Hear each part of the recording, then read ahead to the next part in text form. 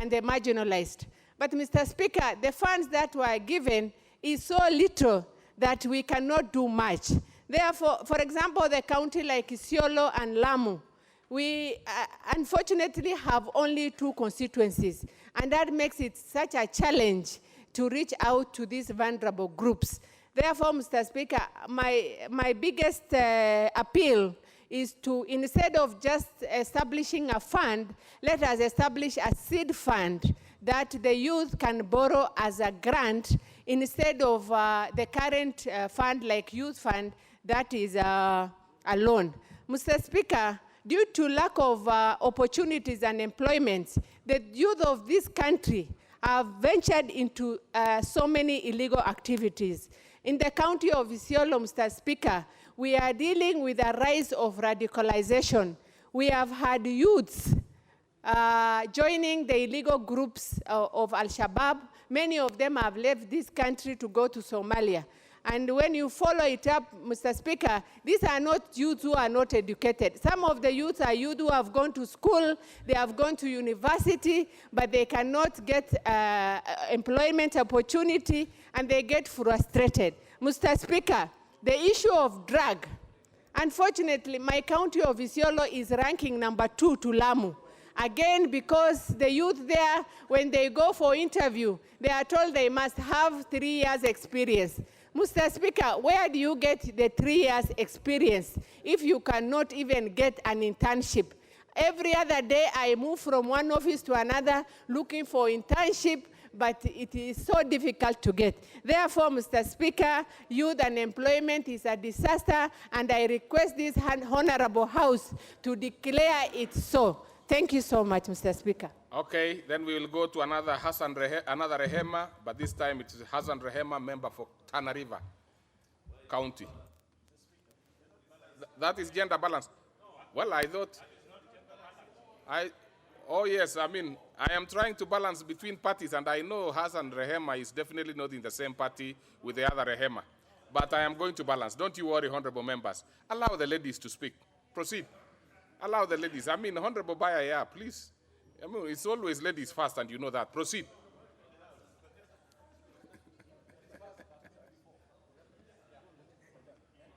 Proceed, honorable Rehema. Or as you prepare yourself, I could go to my left. Now you see you have not spoken and the mic is on, off. So as I prepare to give you next, can you go to the next? Yes, proceed, let's see.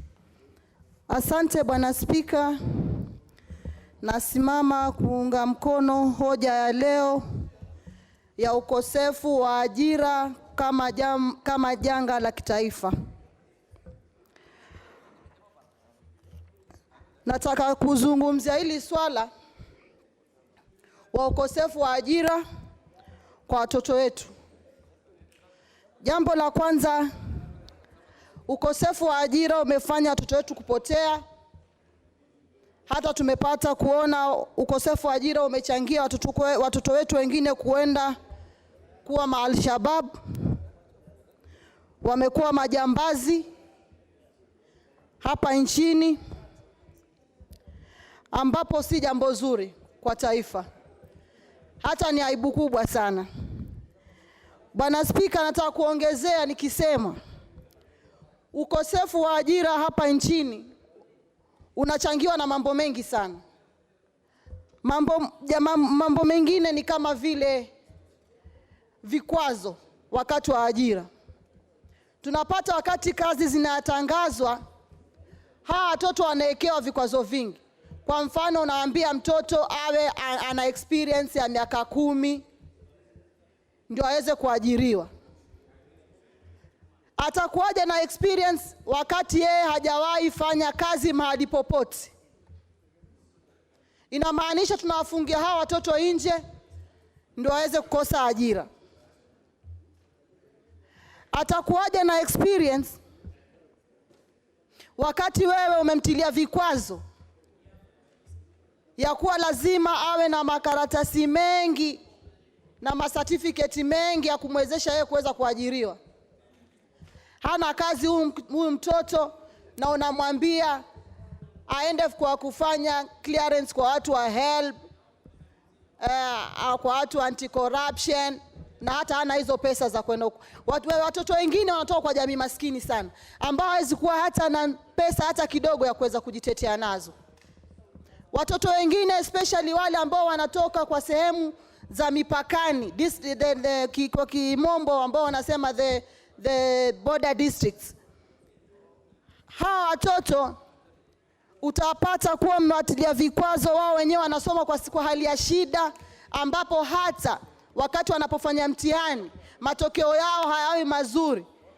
Watoto wengine shule zile wanazosoma hata hazina laboratories, na huyu mtoto ataenda kushindana kimasomo na mtoto mwingine, na unatarajia yeye katika somo la sayansia apite kama vile ile mtoto ambaye shule yake iko na kila maabara yote. Inamaanisha huyu mtoto katika matokeo yake hata kuwa sawa.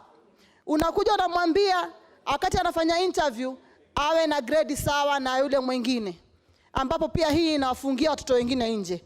Kwa hivyo mimi pia ningeomba, kama vile mulisema kuna affirmative action, watu wakipata ajira hilo jambo, kwa sababu niliko kwenye katiba, litiliwe mkazo. Na pia watoto wengine wanafungiwa nje, especially wale watoto ambao wanatoka sehemu kame kama vile Tana River. Kupata ajira hata huku kwa national, kwa taifa huku Nairobi na wapi, inakuwa ni shida, mnatufungia nje. Inafanya pia hata watoto wetu pia kusonga mbele itakuwa ni vigumu. Nasikia kuna tetezi kuwa mnasema kiti cha women rep kitatolewa. Acheni niwaeleze leo. Women reps ndio wanaangalia hao watoto angalau kuwapatia ajira. Maana wakati wanapatia mradi wanaweza kujiajiri wenyewe. Na hizo pesa ndio zinagusa maisha ya hao vijana na kina mama. Nasimama kuunga mkono. That is anticipating debate. The issue of that other one, we can leave it for another time. Now I'll give let me see this youthful member by the name Honorable Luyai Amisi, member for Saboti. Thank you. Let's hear what the youth have to say. What is it, Honorable? Yeah. I know you are 37. Yeah. Tulia. Nimepewa nafasi. Okay. Thank you. Proceed. Thank you, Mr. Speaker. I rise to support this motion. In fact, the member for Madari has read my mind in presenting this motion, because it is a motion that is timely. They say the youth of a nation are trustees of prosperity. And therefore, as a nation, we have a choice either to take advantage of the youth population bulge to spur the economic growth, or to leave it become a menace. I think there have existed several funds in this country on the youth programs, Uwezo Fund being one of them. But Mr. Speaker, some of these funds pointing out Uwezo Fund that was mostly geared towards entrepreneurial skills. Not all our youth are entrepreneurs. Some want just to pursue education, others pursue their various talents. So it is important that we emerge most of these funds into one kitty, so that we take care of the various interests of the youth. And research have shown, Mr. Speaker, that almost close to 9 in every 10 of unemployed Kenyans are below 35 years. So as a nation, we are grappling with the high unemployed youth population. Some of them have been taken away by the societal, social vices. Some have been recruited in terrorism groups. Some are carried away in drugs, prostitution, and such like social vices that are destroying the social fabric of this nation.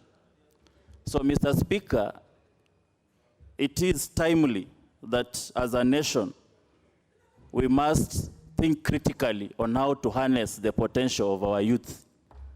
And one way is merging all these funds that have been allocated before into one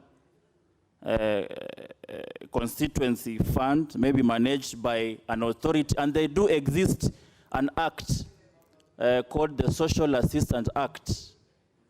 This act, Mr. Speaker, has never been operationalized. It gives allowance for the government to take care of the vulnerable groups, wazee.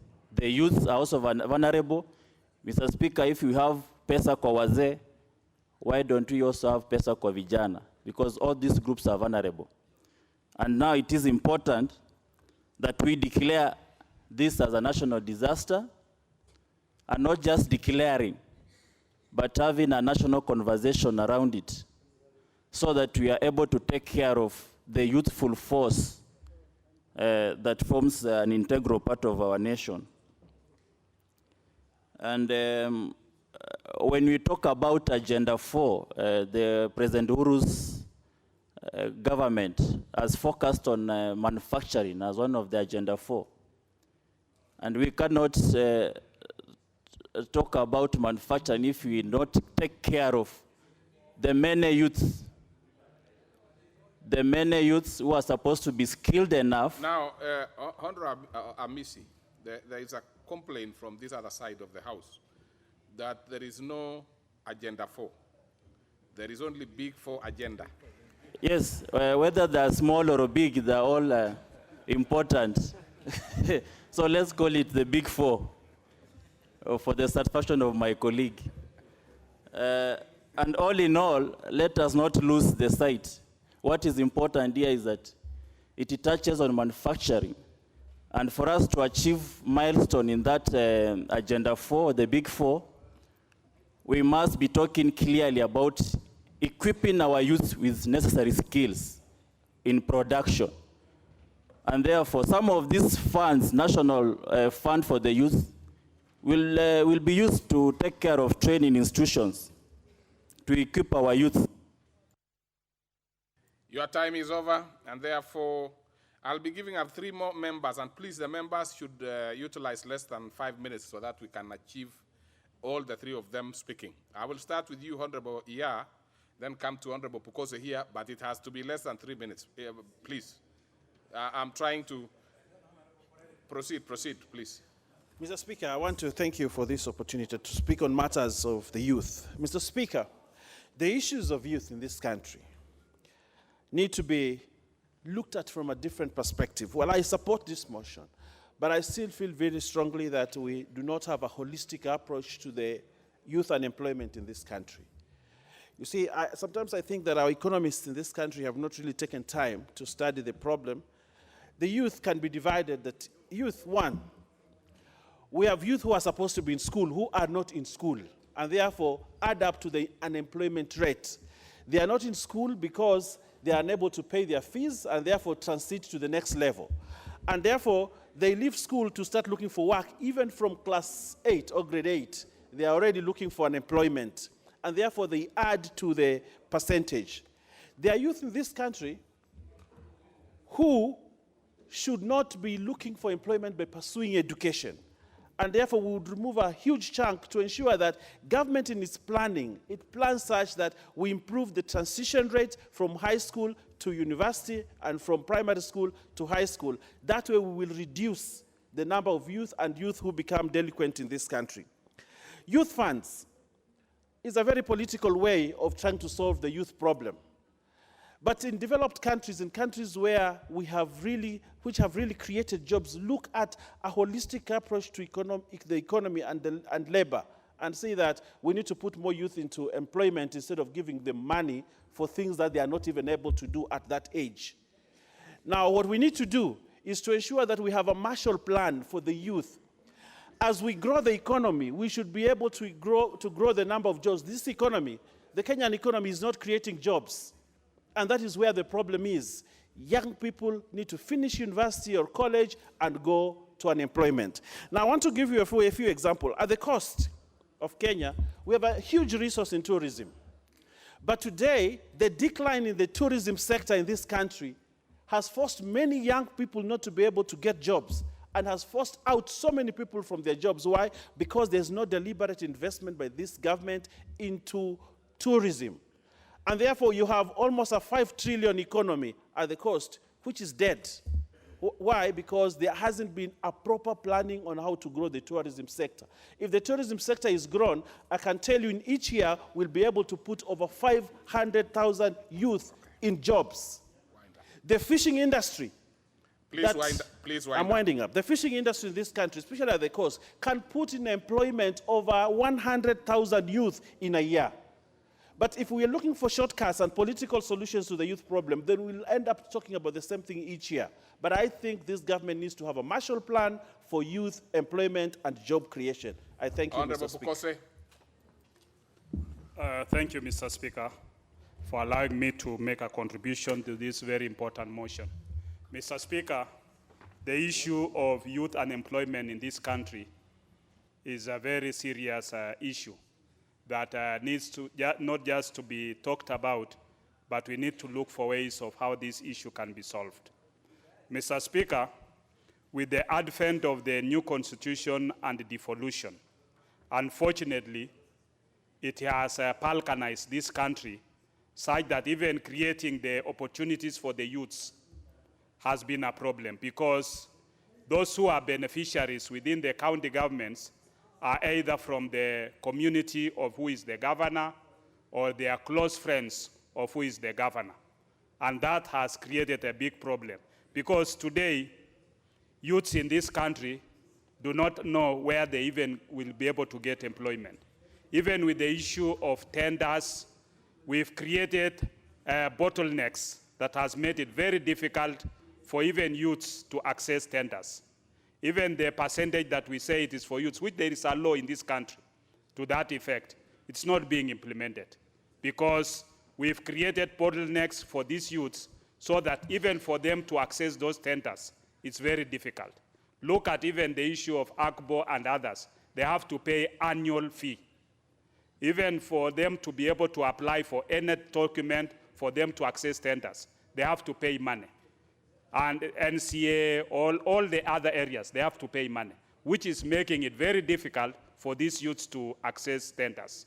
Mr. Speaker, I think we came up in this House in the last Parliament with a bill on Companies Act. But I think there are areas that those who are within the government have created some areas to make it very difficult for even youths to operate. When it comes to even issues of employment, you are being asked, you must have experience. Where is somebody who has just cleared university going to get experience? So these are things that makes me support this bill, that we must declare it as a national disaster, have the government take a serious focus on it, and look for ways of how we can be able to address youths. Not just the youths who have cleared university or colleges, even the youths who have dropped out of school. How are we going to address them? Because we are not going to allow them to continue just staying there, that since you did not go to the university, then that's the end of you. Because that will be creating a vicious circle of poverty. Because the youth who has never been to the university is going to marry somebody else who are not going to the university, and their children are not going to go to the university. So we'll be creating that poverty line and creating a dependency by that cadre of the youth. So, Mr. Speaker, with those few remarks, I support this motion. Honorable Member for Mandera East. Thank you, Mr. Speaker, for giving me this opportunity. From the onset, let me support this motion. Mr. Speaker, I will say that the issues facing the youth in Kenya are not only a disaster, but a time bomb. Mr. Speaker, the youth that live in far-flung areas, villages and remote areas, do not have any opportunity as compared to any other youth that lives in urban areas. And therefore, most of them tend to cross borders, looking for opportunities in the most difficult circumstances. Mr. Speaker, the issue of radicalization and the issue of insecurity in northern Kenya is attributed heavily on the lack of opportunities for youth. The government must therefore come up with very key strategic ways of supporting the youth in terms of placing them in mid-level colleges that can be able to equip them with service or technical know-how so that they can be able to support their livelihoods. Mr. Speaker, the issue of age limit for people in government to retire has been increased to 60 years. For me, I believe that was not the right thing to do, because at the age of 60, their productivity level is in question, and therefore the youth are never able to, access positions in government. And I therefore say that the government must be able to relook into that policy of increasing the age limit from 55 to 60 years so as to create room for the youth to lead in government positions. Okay. Thank you, Mr. Speaker. Thank you. The time is over, and therefore the mover is called upon to reply. And as you do so, I recognize in the public gallery pupils from Ruai Primary School, Kasarani constituency in Nairobi County. Proceed. Thank you, Mr. Speaker. I want to donate a minute each to Honorable Major Bashir, Otiende Amolo, and Atandi. Mr. Speaker, as I move this motion, I want to join you in recognizing the youths, the young people who are seated in the gallery today. And we must think as a house. In a few months, in a few years, these young people will soon be in the market. They will be youths seeking to Honorable Oluoch, when you donate time, you become the last to speak. So you will start with, thank you for the correction. So I will start with Bashir. I'll start with Bashir. To Honorable Dr.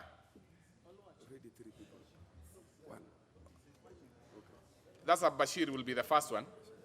Then we will go to the senior counsel here. Proceed. Bashir. Thank you, Mr. Speaker. On the onset, I want to add my voice in support of the motion declaring youth unemployment as a national disaster. Government after government, this issue of youth unemployment has been up and down. Nevertheless, we have never had a perfect solution for this cause.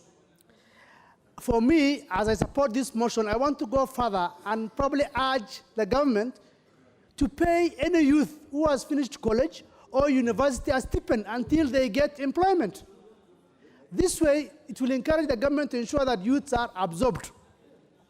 How do we explain medical people who are still unemployed? And we have medical facilities all over the country. They can't get employment. So this is a disaster. It is a time bomb for the youths in the country. And I think as a house, we need to take charge and ensure that the government does what it's supposed to do. Thank you. Mr. Speaker, I support this motion. Sometimes we forget that the definition of youth is 18 to 35. Sometimes people who are well beyond 35 claim to be youthful. That is something that needs to be corrected in common parlance. Mr. Speaker, I believe that as we pass this motion, there's need to rationalize the other existing youth regimes. The National Youth Service Act of 1965, last amended in 2012, the Youth Empowerment Funds, and all other regimes should be rationalized and brought together so that it can be effective. As we do this, Mr. Speaker, we need to remember that many youth do not have IDs and require to get IDs. I support, Mr. Speaker. Thank you. Atandi. Yeah? Atandi. Yes, I think you did. Thank you, Mr. Speaker. And I want to support the motion. And as I support the motion, Mr. Speaker, I want to reinforce the following facts. One, according to ILO estimates, youth unemployment in Kenya stands at 27%. That is way above our East African neighbors. Two, There are 7 million unemployed youth in Kenya today. 3, every year, 1 million youths join the job market. And lastly, Mr. Speaker, is that as we discuss youth unemployment, we must understand that there is a relationship between the expansion of an economy and youth unemployment. And if we are saying that this economy has been expanding since the Jubilee government took over, what are the consequential benefits in the area of jobs created for the youth? I think that as and then therefore we'll go back to the mover to wind up and move. Yes, Mr. Speaker, I want to thank all the members. That's all the time I could donate. I recognize Christine Ombaka, Wambilianga on the other side, and many other members, Wanjala, who had wanted to speak. I want to just say one or two things about what a few members had said. Many contributions were made. I had the contribution by Cecil Mbarire, and I took them under advisement. Indeed, CDF, before we even go to other funds, we need to see how much we can do in terms of the youth. Honorable Songkok, I recognize the contributions we've made and what needs to be put in the bill to ensure that if we do put a fund aside, that the people of disability will be factored in. Honorable Bayer, I take your points under advisement, but I want to state that the issue of putting a political a fund and declaring a disaster is not a political issue. This is an affirmative action issue. It is benchmarked under the Constitution.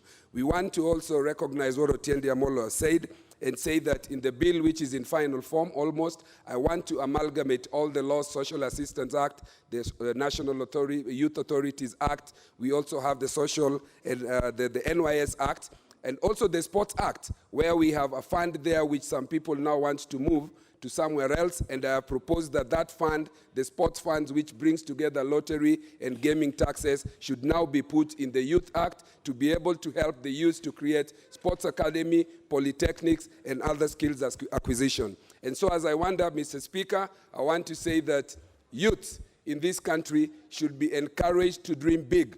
And it is Barack Obama who said to his daughters, patch yourself into something that is larger than yourself. It is only by patching yourself into that thing that is large that you will truly be able to achieve your dreams. Let us give our youths that larger thing to patch themselves into, rather than the tokenism that we do through Uwezo Fund. Very well. So you have moved, and very well.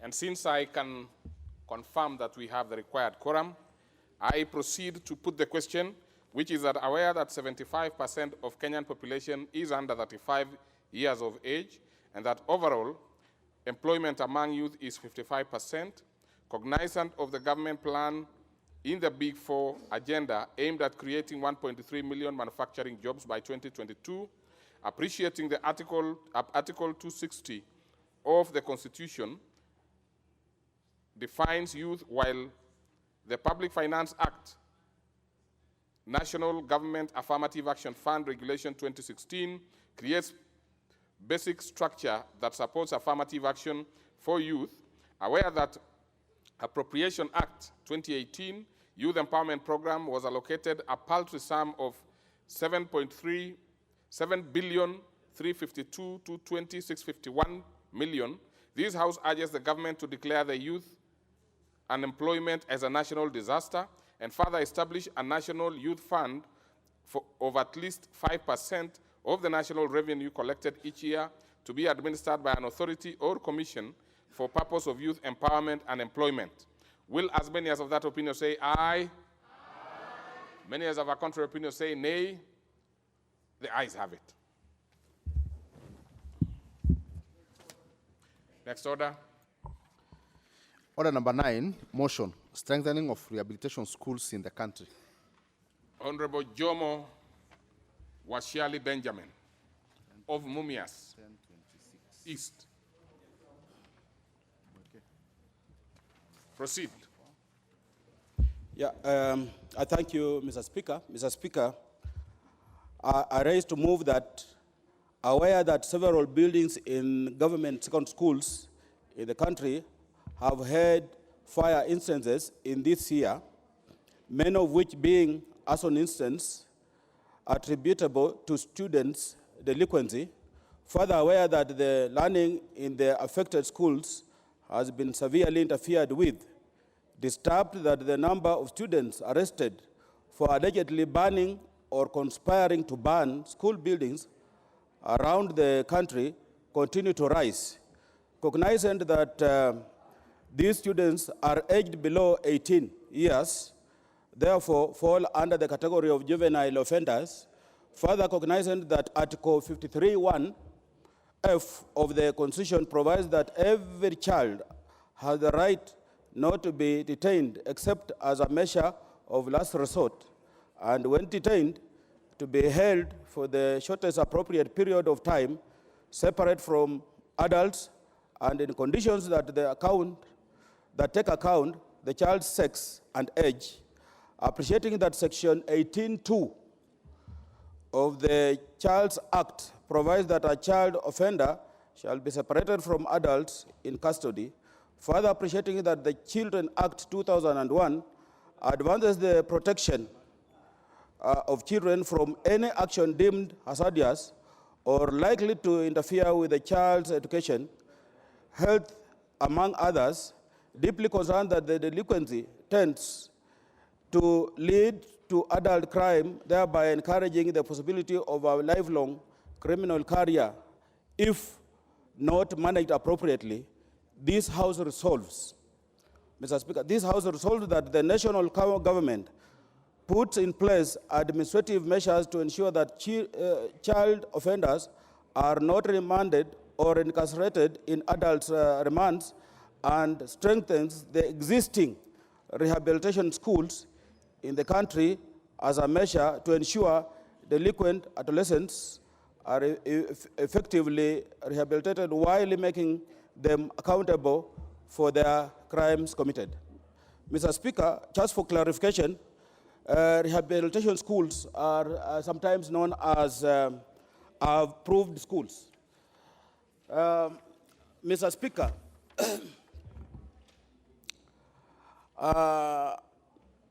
I developed interest in bringing this motion, Mr. Speaker, after I had gotten some information from the Vigilant House, actually police headquarters, which showed records of school unrest and students who have actually had been arrested in prisons between the year 2016 and the year 2017. And I also have records of students who have been arrested in schools between January and the latest 15th October 2018, Mr. Speaker. Mr. Speaker, if you allowed me, I could cite quickly a few schools whose records we have. Like, for example, Mr. Speaker, we have a school like Karama Boys High School, which is in Meru. Mr. Speaker, we have 10 students who are arrested. Actually, not 10, 11 students. Mr. Speaker, also in Embu, we have Kavengero, mixed boarding, which one student was arrested. Lumia Primary. Mr. Speaker, this is a primary in Makueni. One student was arrested. Mr. Speaker, we also have Kinyui Boys High School, which is in Machakos. 3 students were arrested. Mr. Speaker, if we went to Siaya, there is a school by the name of Malaria.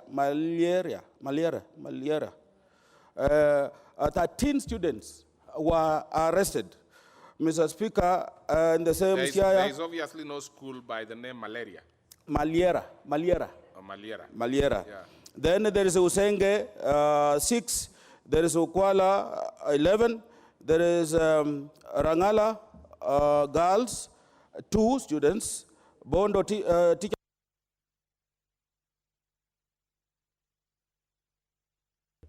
Yes.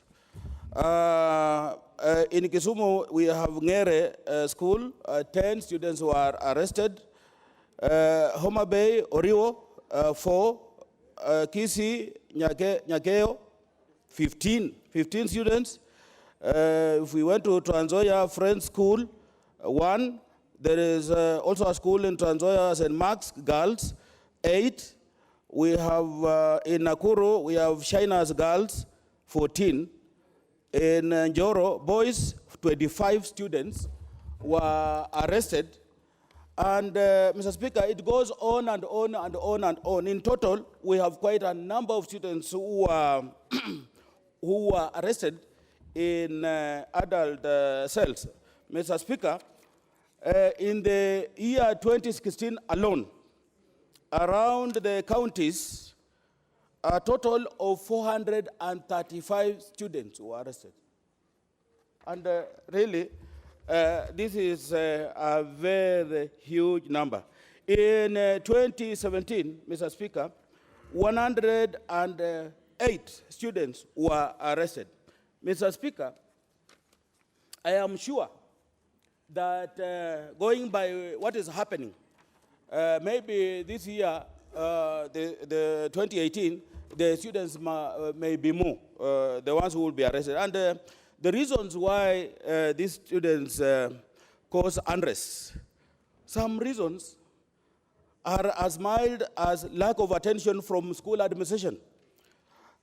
Sometimes schools, when schools have put strict rules, and some of them unsolved grievances, that causes school unrest. We have even cases of poor diet that has caused school unrest. We have cases of students not being allowed entertainment, and especially when there was World Cup. Students who are not allowed to watch World Cup, some of them could go ahead to ban their schools. We have students who want to avoid exams. We have students who have rioted because of the legalization of their head teachers. We have students who have also been arrested because of possessing sativa, cannabis sativa. We have students who also even rioted because of wanting to go home earlier before the closure of the school. Mr. Speaker, actually what I'm trying to raise here is that, Mr. Speaker, in this house,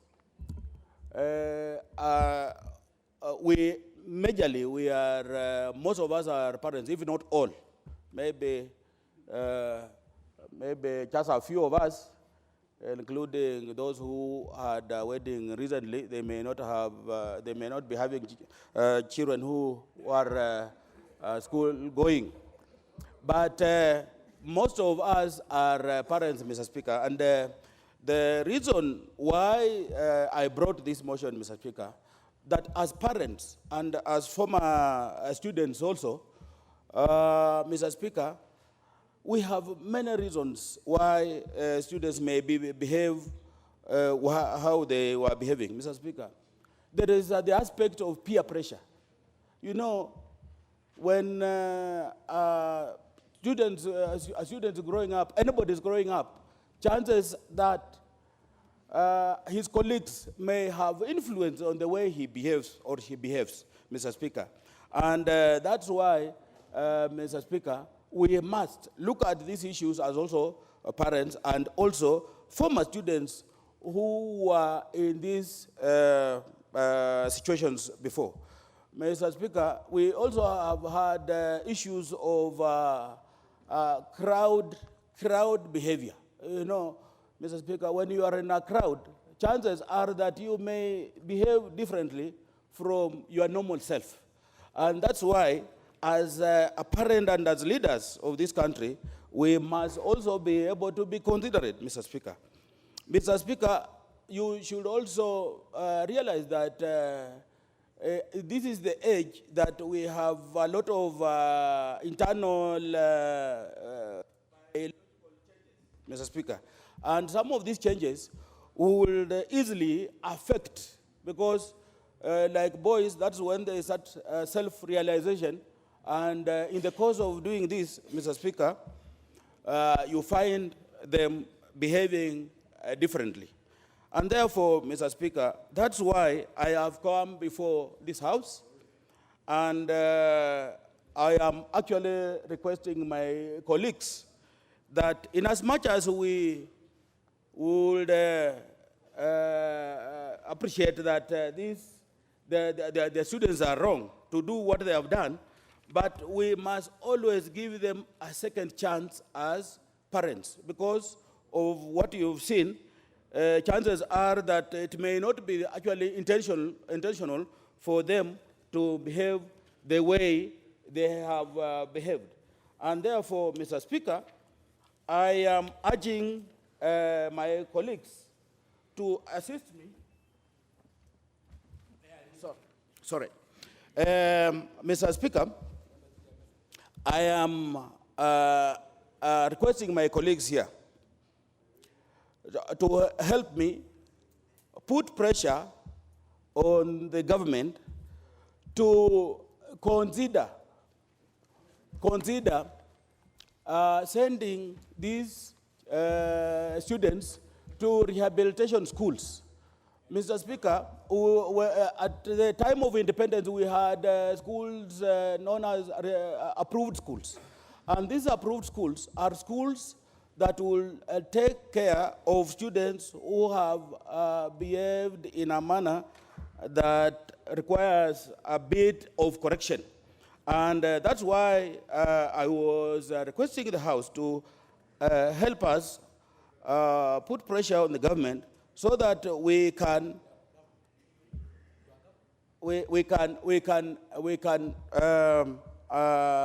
ask the government to consider, instead of taking them to the normal cells, where they sometimes are exposed to hardcore criminals, and therefore not helping these children to correct their manners. Mr. Speaker, I just want to request that members who have listened to me should support this motion so that we achieve this for our children. And as we request them to refer them to rehabilitation schools, we also want to request the government that they improve staffing, because some of the approved schools have been left. In fact, there is no fund that goes to these approved schools, and they're like already forgotten schools. So we just want to request that the government should increase funding and staffing, and of course personnel in these rehabilitation schools. Order, Honorable Sankok. Order. Proceed. Thank you. Thank you, Mr. Speaker. And I also just want to request that while the students are paying the cost of their crimes they committed, the government establishes a program that focuses on changing behavior and beliefs among the juvenile that are conducive to good education, good health, physical, mental, spiritual, and moral social development as required of the Children's Act, Cap 586, laws of Kenya. And also, the government should also focus on vocational training courses to distinguish between the male and female skills, so that as they are rehabilitated, they are also exposed to skills that will help them become normal Kenyans, citizens of this country. Mr. Speaker, I just want to move, Mr. Speaker, and I want to request members who may have had these experiences, because the issues of students being arrested in adult cells is across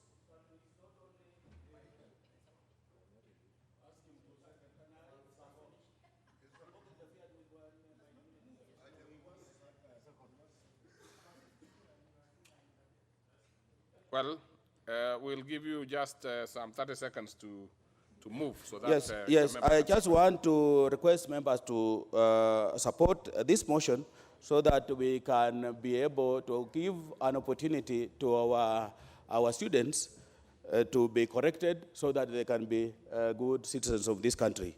I move, Mr. Speaker, and I want to request my good brother, Honorable Lemain from Narok South, to second. I thank you, Mr. Speaker. Okay, Honorable Corey Lemain. Thank you, Honorable Speaker. Honorable Speaker, I rise to second. And Honorable Speaker, indeed, I want to thank Honorable Washali for coming up with this motion. It is indeed true that a number of students, Mr. Speaker, are actually suffering in the remands.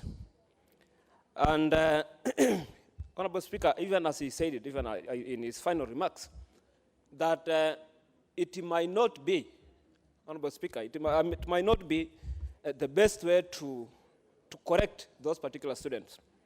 And indeed, Honorable Speaker, a case in mind, even as we look at the number of students affected, even in my own county, Honorable Speaker, 10 students from a school called Kisiriri are in prison, Mr. Speaker, because of assaults.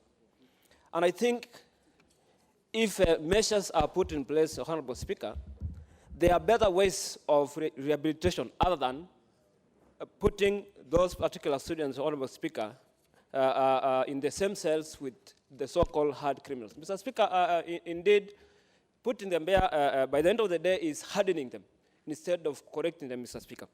And Mr. Speaker, as the mover of the motion has actually indicated, there were approved schools earlier on, and I think the government can take an initiative of rehabilitating the same approved schools for the benefit of these students, Mr. Speaker, instead of taking them to prison. Mr. Speaker, as the mover has indicated, a number of these students are indeed very young, Mr. Speaker, and putting them in prisons.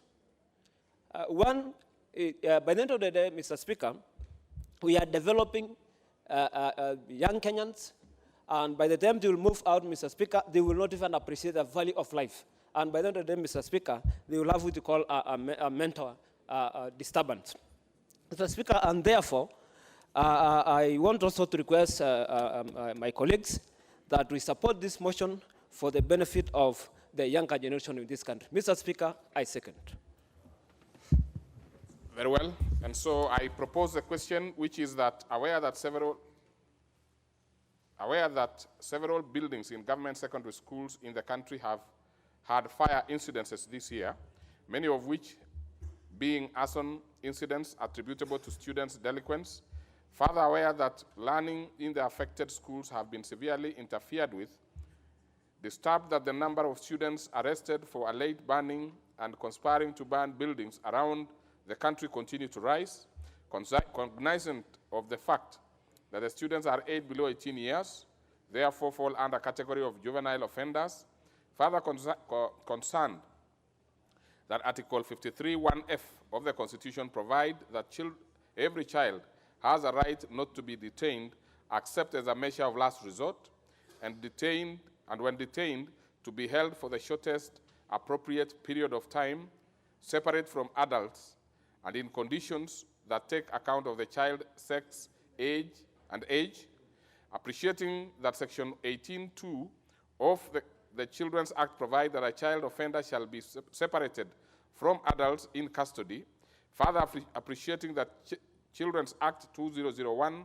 advances the protection of children from any deemed hazardous or likely to interfere with child's education, health, among others, deeply concerned that the delinquency tends to lead to adult crime, thereby encouraging possibility of lifelong criminal career if not managed appropriately. This House resolves that the national government puts in place administrative measures to ensure that child offenders are not remanded or incarcerated in adult remands, and strengthens the existing rehabilitation schools in the country as a measure to ensure delinquent adolescents are effectively rehabilitated while making them accountable for their crimes. And I give the first shot to Honorable Manzo Gitonga, member for Makueni. Yes. Thank you, Mr. Speaker, for giving me an opportunity to contribute on this very important motion. And I also want to thank the Honorable Jomo Ashali for being very considerate and very thoughtful of this matter, which is very serious, and also for providing statistics, Mr. Speaker, to an extent of 235 children in this country went through a very trying moment when these matters happened. Mr. Speaker, my constituency was affected in 2, 3, 4 schools, in fact, some of which were burnt down on matters which were very flimsy, which would have been sorted. And in most occasions, Mr. Speaker, it was when teachers were transferred without, consultations. And the constitution of this country really talks of public participation, and the consultation is very important, especially on very sensitive matters like this one. And it is true that children are likely to be delinquent. They are likely to commit crimes. They are likely to act in a mob. And Mr. Speaker, destruction of property is likely to happen. And at the same time, a question arises as to how do we try these students. In my case in Makueni, the students were taken to the normal courts. They were not put in any special cells. And in fact, I had 2, 3 complaints whereby the boy students who had been in police custody while being, questioned by the police why they had given them such a rough time and why they had to ban a school, their private parts were squeezed. You could imagine, the consequences of that for a child who may not know exactly what was happening. Although it has acted as a caution, the way these children have been treated, others are careful not to go through the same and maybe not to cause trouble. There must be a method of getting this sorted out, Mr. Speaker. And one of the proposals is the strengthening of rehabilitation schools, commonly known as approved schools. We should actually have a policy whereby there are quite a number of these approved schools as they used to be. There was the famous Wamumu and many other schools across the country, such that we could have a school accounting. And the approved schools were very feared by students because if you make a mistake at the high school you are in, or you participate in this sort of thing, you are now going to be transferred to an approved school, which is almost like a prison or garrison facility of some sort, where there is close scrutiny, and you bring quite a number of similar students to such a school. Mr. Speaker, what happens currently? Once you ban a school or you commit this crime, you are taken to court. Court cases take 5, 6 years. You are attending court, you are not attending classes. Mr. Speaker, what happens is that you eventually join the club of the jobless youths, which you were debating a little earlier. Some of them even after being not cancelled properly or after going through the trial system, like the famous case of Changuli, where several lives were lost, the students who were suspects and were arrested, some of them, if you meet them today, they have miserable lives, and they look abnormal, and they have not achieved much in life. But if we have structures within the family, whereby good discipline is given by example and is taught by responsibility of parents, then we have schools whereby there's close monitoring, and if a child begins showing this sort of behavior, and it is good when there is a good teamwork between the teachers and the parents, then such a child is moved to an approved school. Then they have a chance of being rehabilitated, and there will be no possibility that they are going to commit this crime of having to ban their fellow students. And therefore, the proposals are very good. There must be a policy which we should pursue further after this, such that these schools are rehabilitated, rebuilt, and specific, such that wherever, probably for every county, such that wherever students mess up, they know they are going to the approved school. That in itself will be correctional, such that the students will be careful not to participate in this sort of behavior. I really want to support this matter, and would really urge Honorable Washali after this, at the implementation stage, it must be followed, such that we do not have such high numbers out of such flimsy excuses. And there should be also retraining of teachers who particularly handle students, so that a teacher ends up encouraging students, that brings up responsible Kenyans other than criminals out of the way they have been treated, and mostly they may not end up in university.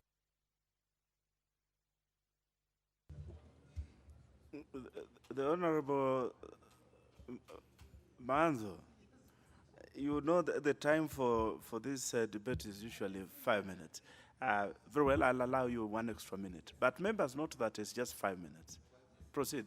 Give him. Oh, thank you, Mr. Speaker, for giving me that 1 minute to complete. So we should have teachers also constantly trained, particularly teachers dealing with discipline. We should have specific teachers in schools who monitor behavior and with that sort of training.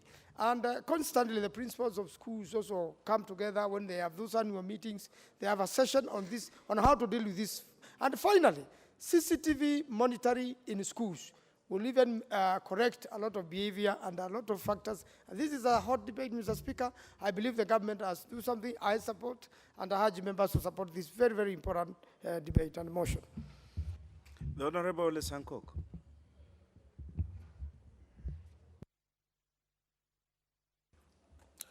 Thank you very much, Honorable Speaker, for giving me this opportunity to support this very important motion whose time have come. Honorable Speaker, we should ask ourselves some few pertinent questions. And one of the most important questions is, why are school riots and burning of schools always happening just before exam? Is it because of panicking of the students? Is it because they are following the footsteps of their role models, who are actually teachers? Because whenever we are just about to do our exam, that is when threats come from trade unionists, including those of NAT, that they will hold strikes and they'll go on strike. So are also our students now emulating their role models, who are actually teachers? Because teachers, for a long time in this country, have been holding this country at ransom. Whenever we need them the most, just before exams, that is when they come up with threats of striking. Supposing other departments, like the Kenya Army, also emulate the teachers, that whenever we have an attack of Al-Shabaab, they also go on strike. Supposing doctors follow suit, and whenever we have emergencies like road accidents and terrorist attack, the doctors go on strike. So, Honorable Speaker, probably these students are actually following on the footsteps of their role models, who are the teachers. Remember, 9 months, our children are with teachers. They are only with their parents in 4 months in a year. So for 9 months, they have been taking some lessons from teachers, either from class or from the way they behave. Honorable Speaker, so we should actually, again, in this particular motion, be able to reflect on the teachers and the teachers' behavior. Honorable Speaker, you know, in the Bible, in the book of Luke 17, The Honorable 2, Odanga. The Honorable Odanga. What is out of order? The Honorable Sankok, hold on.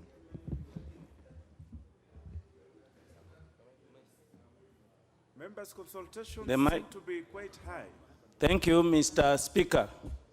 Mr. Speaker, is the Honorable Sankok in order to impute that the teachers of this country, the very good teachers who have taught all of us and brought a lot of sanity in our society, is the member in order to impute that the teachers of in this country misbehave, are disorganized, and therefore mislead our children, Mr. Speaker? The Honorable Sankok, I think the point of order is a valid one. Yes, Honorable Speaker, and I did not impute that the teachers are misbehaving, but I just said that Then withdraw it. out of 9 months or of a year, our students are with the teachers. If that will massage your ego, then I will withdraw. Very well. Very well. Proceed. So, Honorable Speaker, in the book of Luke 17:2, it is said that those who make the young ones to go astray should be killed tied a very huge stone and thrown into the depth of the sea. That is the Bible. And that is what I'm saying. Since our children are with the teachers for a period of 9 months in a year, they should actually be good role models to our children. Honorable Speaker, let us come now to parenting. Do we have a problem of parenting? Do we have a problem whenever there is no father figure in that particular family? Honorable Speaker, I see my time is almost up, and it is because it has been taken, Honorable Speaker. Honorable Sankok, you still have time. It's only yellow. You still have 2-3 minutes. Honorable Speaker, so sometimes when we have kids without a father figure in the house, then they tend to go astray. That is according to research. Because, for instance, if you have 5 kids, and all of them with different genes and DNA, you have a kid from somebody from different communities, then you will find that sometimes these kids have some problems in intermingling inside the family, and this one is extended to the school. Honorable Speaker, we should also try to... Honorable Sankok, I'll add you a minute.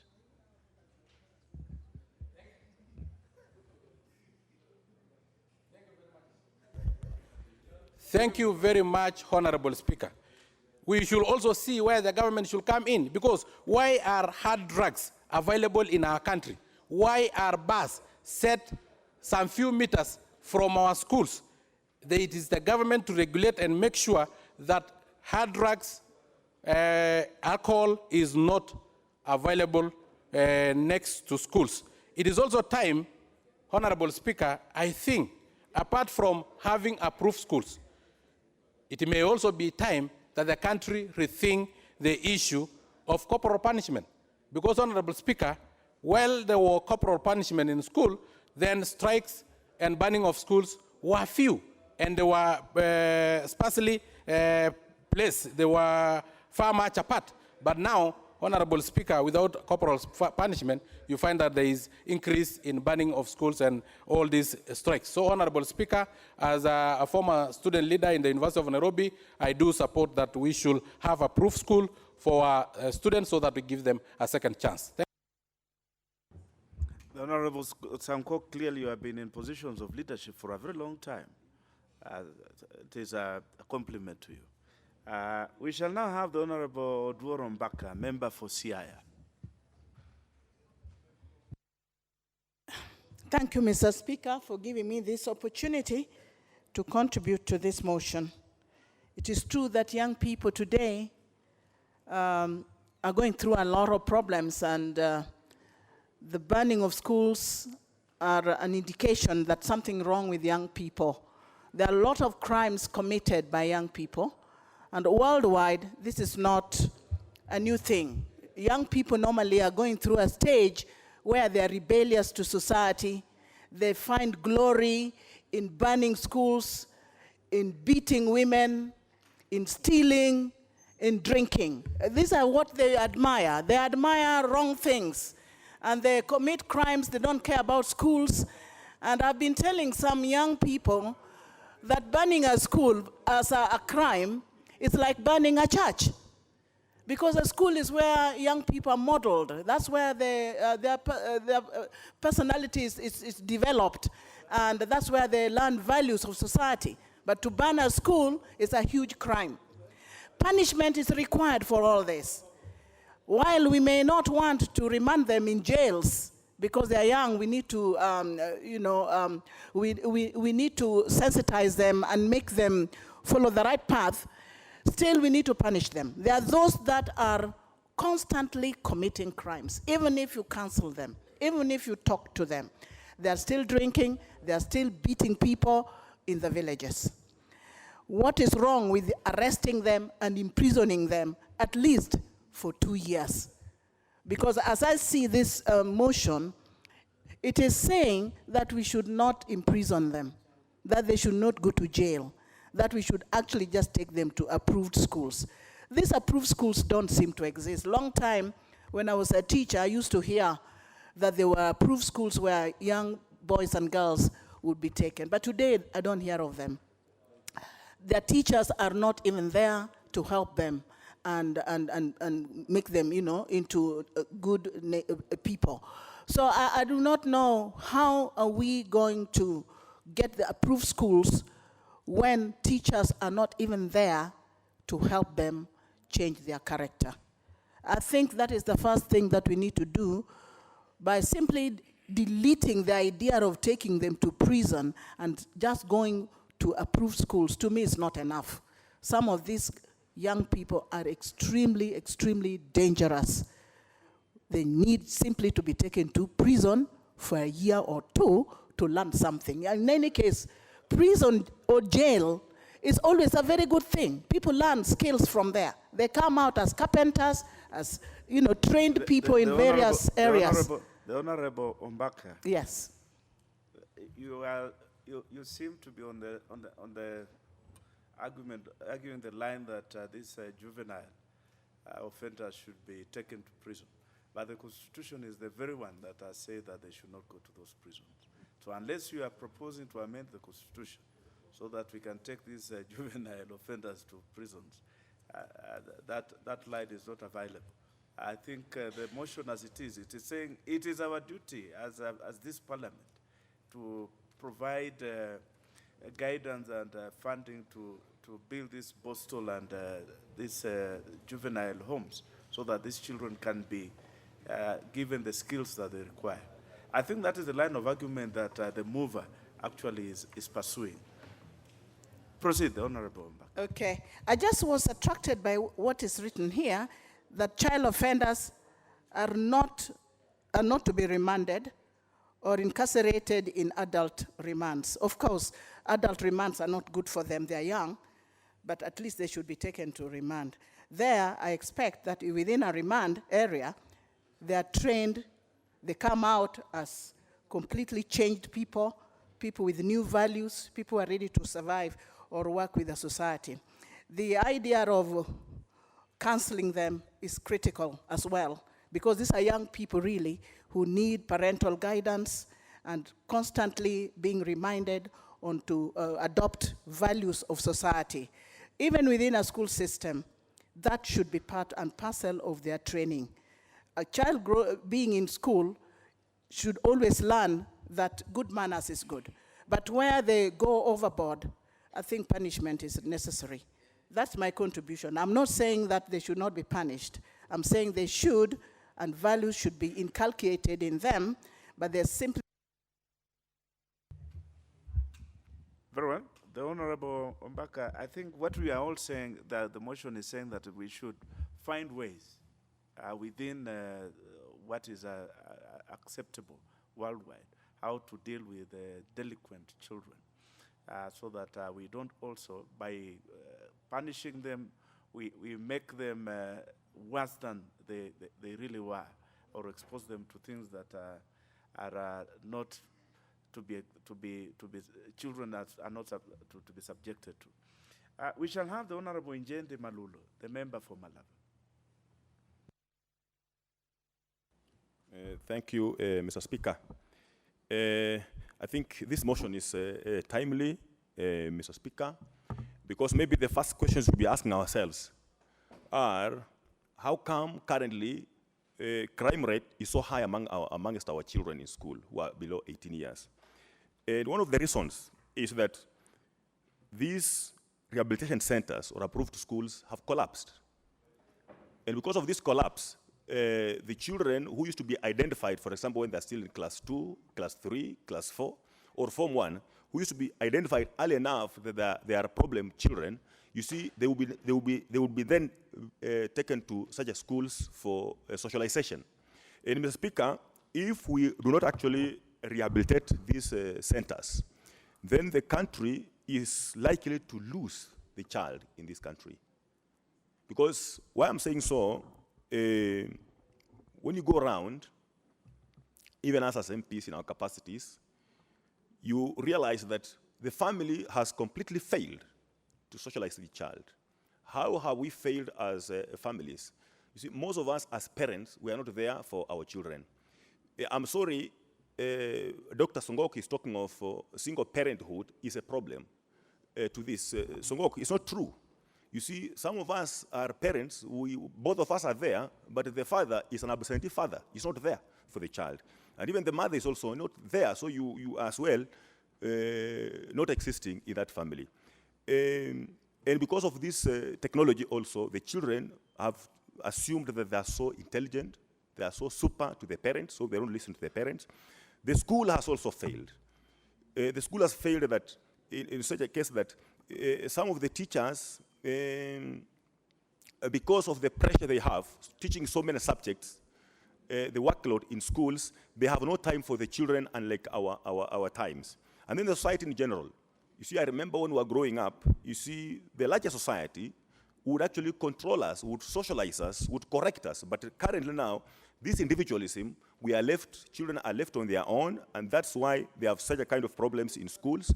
And some of the problems are so simple, so basic, that some of the children who are being arrested, you see, why they're getting involved in that, in those practices is simply seeking attention. You see, a child is growing up, is seeking attention. There's some, and there is some, can say, he has some, he has something he would like to express, but then he's not seeing someone to express to. Like a parent is not there, the teacher is not there. So how else can he express this? How else can he demonstrate that I'm existing? So you find that some of them are involved in crime. Then other children also we know, they are naturally inclined to disobeying authority. So you see, if they're inclined to disobeying authority, you know, it is so punitive for us to take them to prison. So, Mr. Speaker, I second this, I support this strongly because I believe, you see, when these approved schools used to be there and then, we used not to see this banning of schools. Because they are not there, that's why now crime is developing in our children. We are socializing them right from class 1, right from baby class into criminals, then it explodes by banning schools, and then they're taken to prison. So if you're not very careful, then our prisons will be full of children under 18 years. Otherwise, I support. The Honorable Wanyonyi Kevin, member for Kwanza.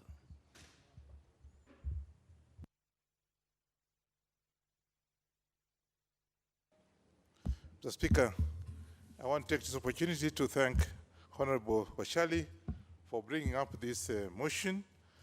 And first and foremost, Mr. Speaker, I'll be very fast. We have a problem in this country. Parental care is one of the causes. In fact, this motion, to me, is a tail end of the problems with child care. Because, one, you find a parent, including myself, taking the child to school and leaving it to the teachers. So what happened? He gets mixed up on what have you. So problem here is parental care. Two, Mr. Speaker, and a very, very serious one, is that spare the rod, spoil the child. Spare the rod, spoil the child. Some parents have left children to the others to take care of them. I want to take this opportunity to tell the Kenyans that please take care of your children. All this happening today, and Washali, I think you are right, is that we leave everything else to others to take care of. Spoil the child, spare the rod, spoil. So we should introduce corporal punishments in schools. That should be done because our children, by the way, in prosperity, Mr. Speaker, this country it's been thrown to the dogs. Because the same children you're seeing around are the ones now forming the gang, the bad boys around, the terrorists now. And today, as you say, every day I'm reading the papers. Yesterday, the other day, I saw a child being killed. And you look at it, you'll find that this person has not been brought up well. So, Chair, I think, Mr. Speaker, my request is that we do that. The other thing that I want to say, Mr. Speaker, is we have to fast track an issue that we had here. We discussed about counseling in schools. And this House passed a motion that every second school should have a counselor. What's happened? The Ministry of Education, I don't know whether this has been implemented or not.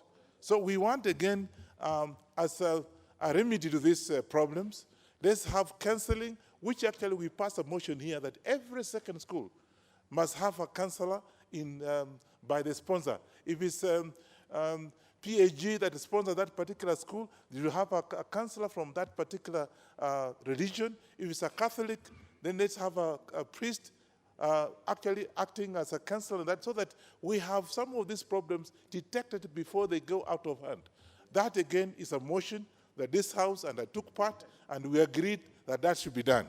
Lastly and not least, Mr. Speaker, I think to me, putting the children into prison is just not making sense. But I think you are actually creating more problems. These are going to be, as Honorable Oshali said, lifelong criminals. Because when the child comes out of prison, I can assure you that we join the other group that also have had the same problem. I've had cases in my constituency where 4 children actually have been in prison. When they came, they didn't seem to have been reformed. They even became worse. They are actually the leading criminal leaders in that area.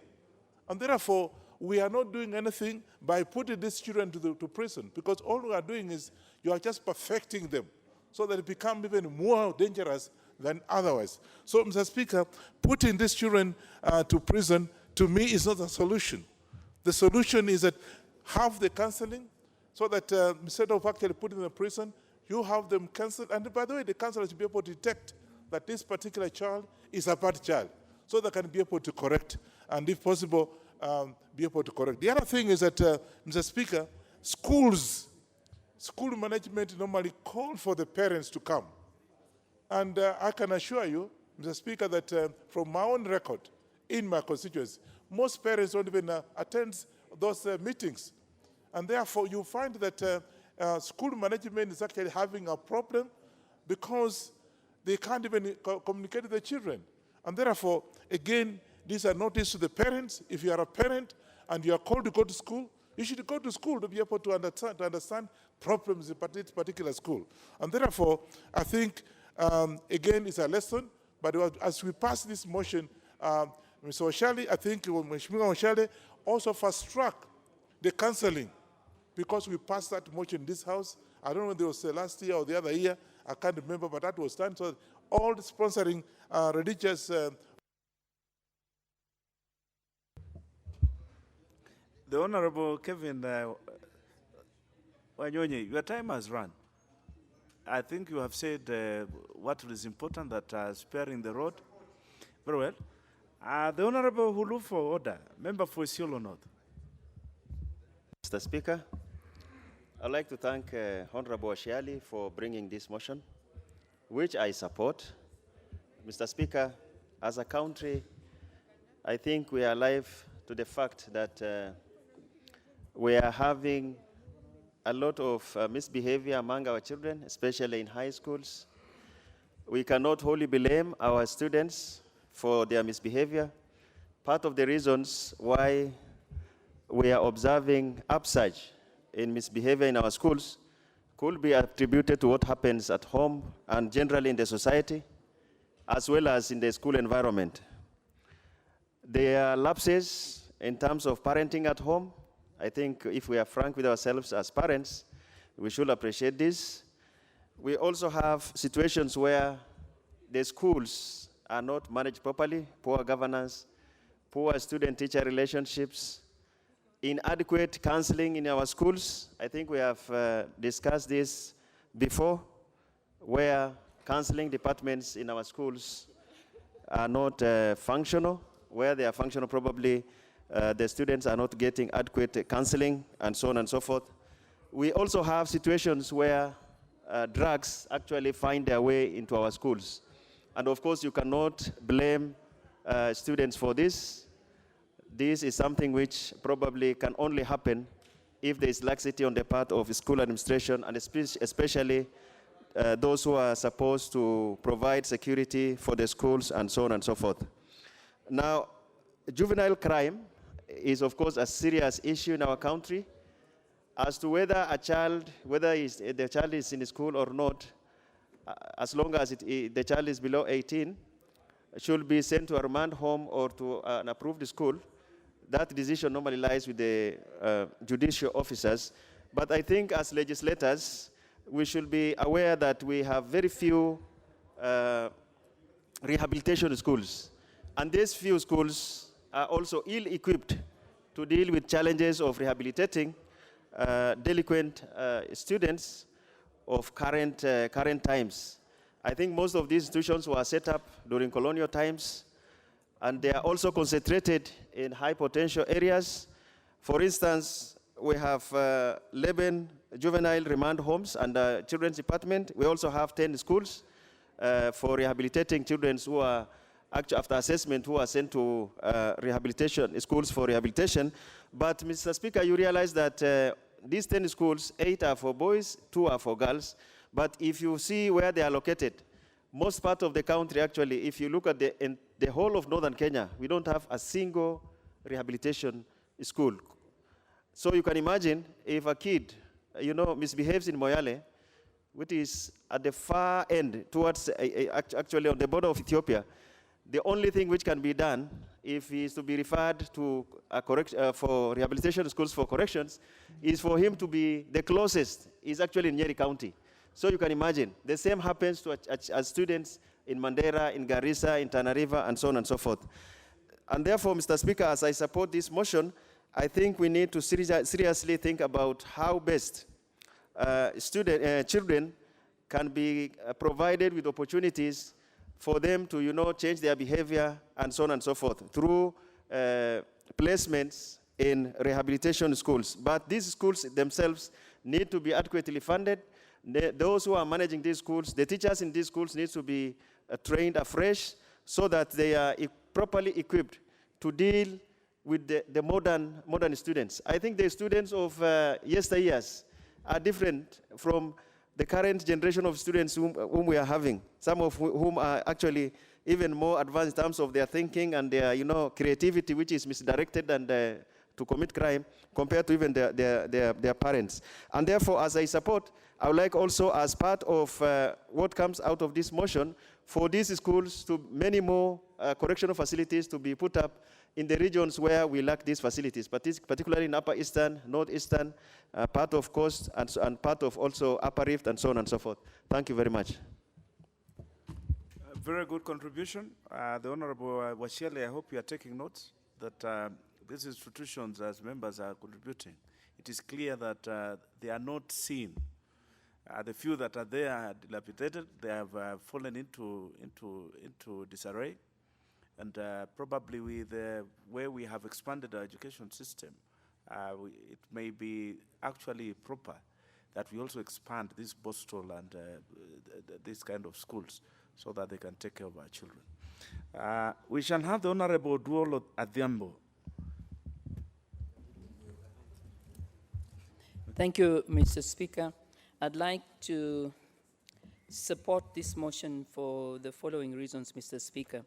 When we look at what is happening in our society, largely the breakdown that we can see in the social fabric, the breakdown in the family, where to a large extent parents are either overwhelmed because they are trying to make ends meet, and a number of cases where by very nature of engagement, children tend to be growing up in a context that does not give them very clear direction, then we would indeed see that it is important to strengthen mechanisms that can allow our children to grow into wholesome adults.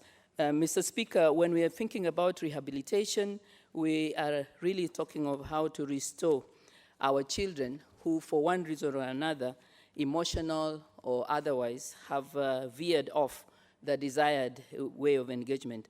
And therefore, Mr. Speaker, as I support this motion, I'd like to indeed agree that we want to ensure that we do not place any children who have committed crime or who have in any way not behaved in a manner that is in accordance with required standards in adult cells. Mr. Speaker, I say this because we know that those who are in those cells will have been there because they have themselves committed some crime. And if you have children who are liable to abuse placed there, they are not only likely to become hardcore, but most likely they are going to experience some form of abuse. And so, Mr. Speaker, as I support this motion, I'd like to urge the House that we become aware the children that we have in our rehabilitation schools. I wanted Mr. Speaker to just share, because I know that Honorable Dr. Christine Ombaka was talking about the need to ensure that we do ensure our children are disciplined. I also wanted to bring to our attention that we do have in our country today 11 rehabilitation schools. We indeed have a very systematic way by which when children have committed crime, if there are boys, they go to Gitadhuru Rehabilitation School for assessment to determine what nature of crime and to see what level intervention, and then they are placed in the different remand schools. If they are girls, they are taken to Kirigiti. And so, Mr. Speaker, the point here is that we do have some form of engagement, but sometimes this is not sufficient because there are also children who are placed in these rehabilitation schools, not because they have committed crime, but because, Mr. Speaker, they are in need of care and protection. They will have been abused by their parents or cousins or relatives. And so, Mr. Speaker, I support this motion because this motion is a very, very critical one at this point in our country, particularly in ensuring that we arrest any cases where children are losing track and are not disciplined enough, and seek to ensure that we place them in an environment that allows them to be those that can find their way into the standards that we require. So, Mr. Speaker, I support this motion, and I in particular would like to draw to the attention of the House that we do have at the county levels already existing children's county protection networks, and as we look at this particular motion, what we'd like to do is to ensure that we have a mechanism through which teachers, parents, elders, members who are engaged in the law enforcement agents, court users committees, and many other members of the community that are concerned and are charged with responsibility to look at our children, to be able to intervene and help our children so that they do not get to the point where they engage in criminal activities and where they end up now in this kind of context. So, Mr. Speaker, as I support this motion, I'd like to draw to the attention of the House that it would indeed be a very, very wrong thing for us to expect that children, even if they commit a crime, would be put in cells with adults. And therefore, we must strengthen mechanisms and ensure that we are able to keep these children as children, whereas we also do what we can to ensure that we bring them back to the required standards. I support, Mr. Speaker. Very good contributions. The Honorable Mabonga Mwambu, member for Bumula. Thank you, Mr. Speaker. From onset, I want to congratulate my brother Washali for this great motion before the House. Mr. Speaker, life is sacred. And as we contribute here, we need to have some time to see what happens behind the bars, behind our prisons. Before we can even comment, because I've had some comments, that we can as well have our young people being punished from the prisons. One thing you ought to know, that a punishment to a young offender has achieved very little. And every time the young people that we are talking about, the statistics that we've just been given, 235, Mr. Speaker. We need to ask ourselves, like what Mheshimiwa has just said, that even before these young people are arraigned in court, I don't know whether they have ever taken time to make assessment to know why they're behaving in such a manner. Punishing young offenders, these are people who are going through different situations like what my brother has just highlighted.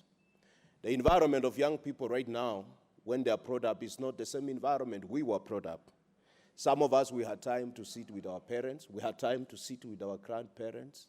And I doubt even some young people, even right now, if they communicate with with their grandparents. The direction we were given when we were young is not the directions our young people are being given. Because every day they are on TV and they copy quite a lot of things. I have even listened to one member quoting from the Bible and justifying the punishment. That is misinterpretation, Mr. Speaker. Hermeneutics of the Bible is very different from the storybook. And we need to understand the emotions of the young people. We need to understand their capability, what they can hold in an environment that they've been put in. Because you realize that what the government is doing with the big agendas that we have, the Big Four agenda, the motions that we've just discussed about the youth employment, if I may connect it with what we are discussing right now, we need to look at a solution, because what we have right now, Mr. Speaker, if you go to our counties on the streets, there are many young people, pool of young people. And if we are talking of these approved or rehabilitation schools being enhanced, we should be talking of each county having at least a rehabilitation school, so that these young and street children that are loitering on the streets of our counties, they can have somewhere to go. A rehabilitation school is just like a health facility, because these people need to be restored. When you take a young person to a prison, what is your intention? Is your intention to punish or to reform? Is your intention to restore or to destroy? Is your intention to salvage the dream of young people or to destroy their dreams? I have heard one member even saying that we need to look into the issue of even having them in prison for even a day or 2 days or even a month.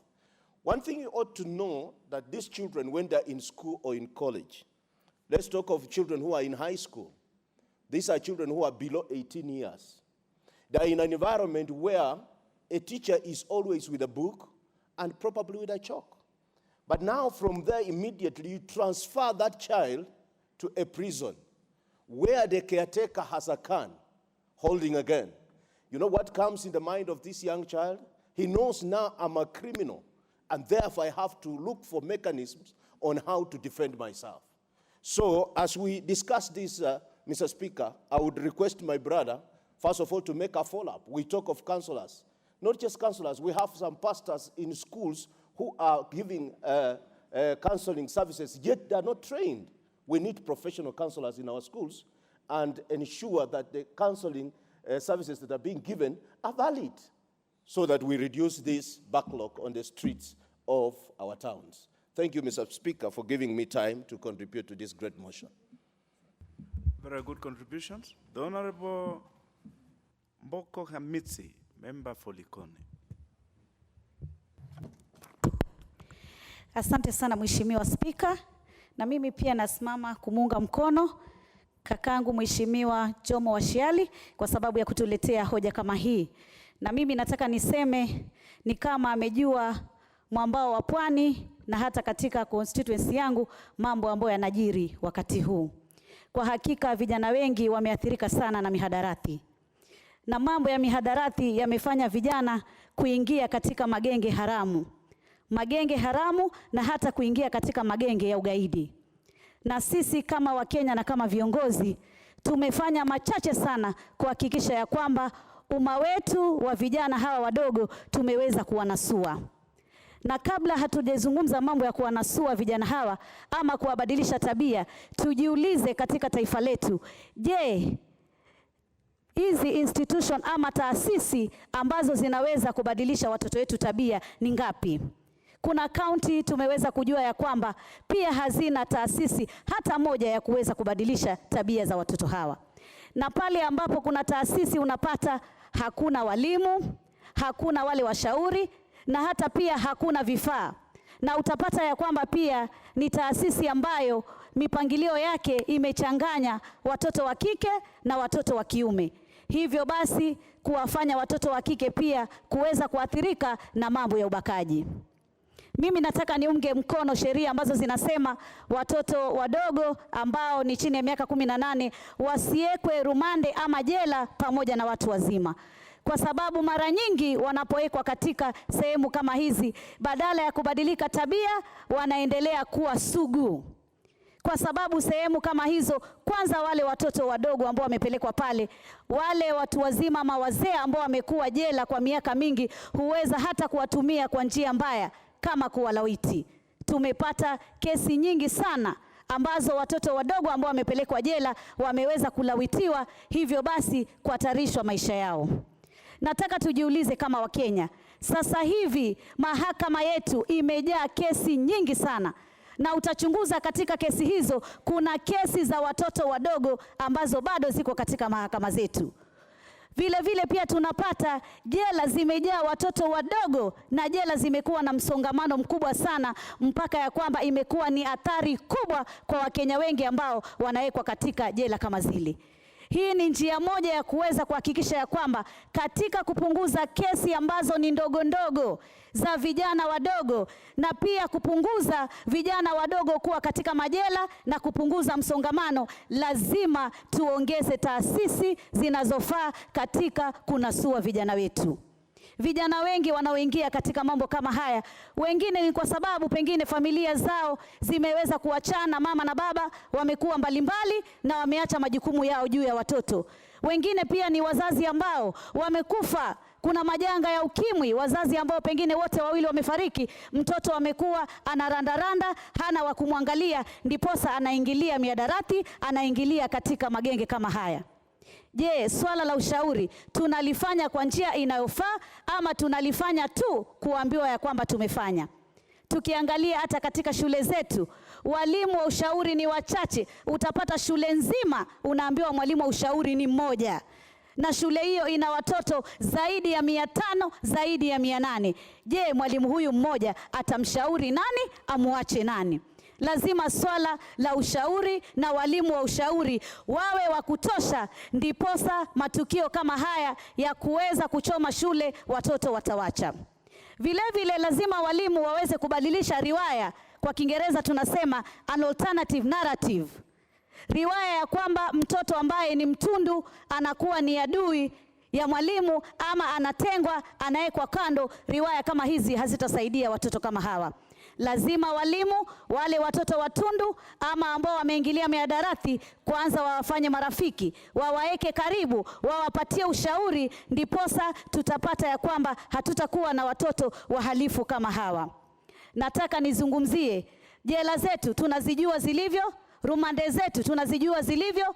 Hivi karibuni katika constituency yangu nilikwenda kukosana sana na OCS wa eneo la kwangu sehemu moja, wakati msichana wa miaka 12 ameshikwa, amewekwa rumande.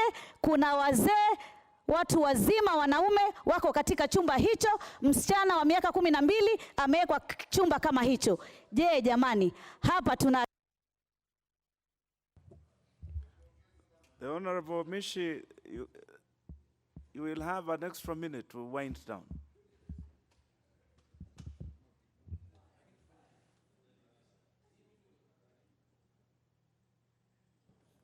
Asante sana Bwana Spika.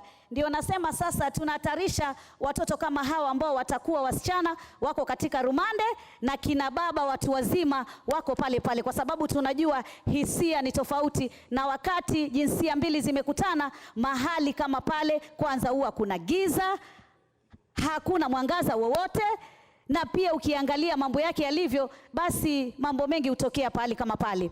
Na je, hawa watoto wetu wa kiume sisi tutawachunga vipi na kuzidi kuendeleza mambo ya mihadarati?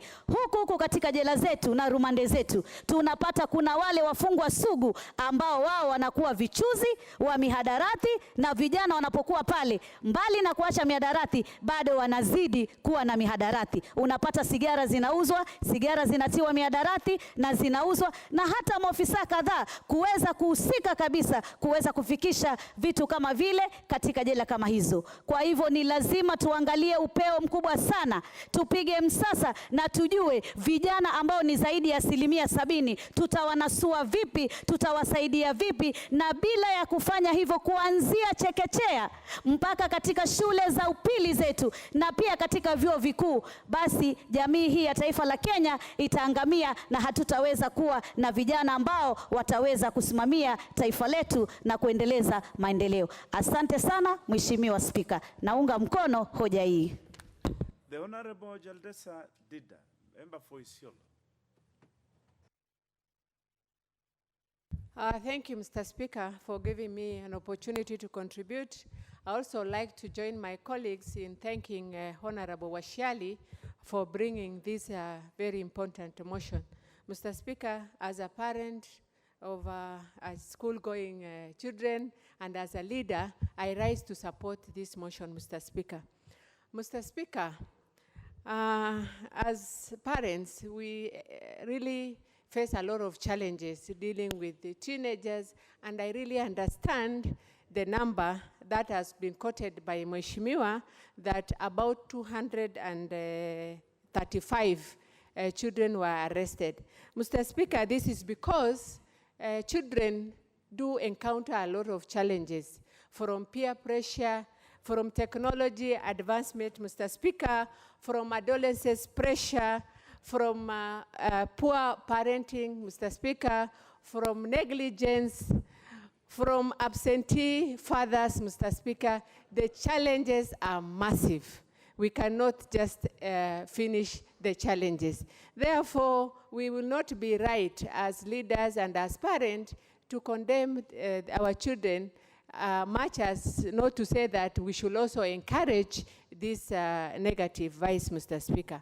Mr. Speaker, I strongly support that we should have an established rehabilitation schools, because the statistic shows that the approved schools we have in Kenya has only 11 juvenile remands, which has a capacity of 2,500 children, Mr. Speaker. Therefore, with the rising issues, it will not be enough. Mr. Speaker, the danger of putting our young children with other criminals, Mr. Speaker, I am sure everyone here understands the danger that children have been reported to have been sodomized in these remands, Mr. Speaker. Mr. Speaker, I have encountered youths in Isiolo who were just arrested for just mere offenses, but when they came out of those remands, Mr. Speaker, they become a hardcore. I have experiences, and I have tried to mentor some, which is a big challenge. Mr. Speaker, as we establish these centers, what we really need is to have mentoring programs for the young people. The young people do not have mentors. The parents are absentees. They do not consult their grandparents as we did in our generation. They don't have leaders they are looking up to. Therefore, when we establish these centers, one of the things we must emphasize is the mentoring program. Secondly, Mr. Speaker, we need guidance and counseling to our youth. This is something, I don't know whether it is there in other places, but in my county of Isiolo, Mr. Speaker, first of all, we don't have the juvenile center. Secondly, we don't have centers where youth can be counseled. I haven't even seen it in churches. I haven't even seen it in a mosque, Mr. Speaker. So we must emphasize into having a guiding and counseling center. Mr. Speaker, our youths have a lot of talents. And I think we should take these opportunities when they, when they do something that is not right in law. We develop nurturing of skills as they are put into the right direction, Mr. Speaker. Mr. Speaker, I want to finish by saying that really the youth of this country are going through a lot of challenge. That was said in the morning when we were contributing to the motion that declares the youth employment as a disaster.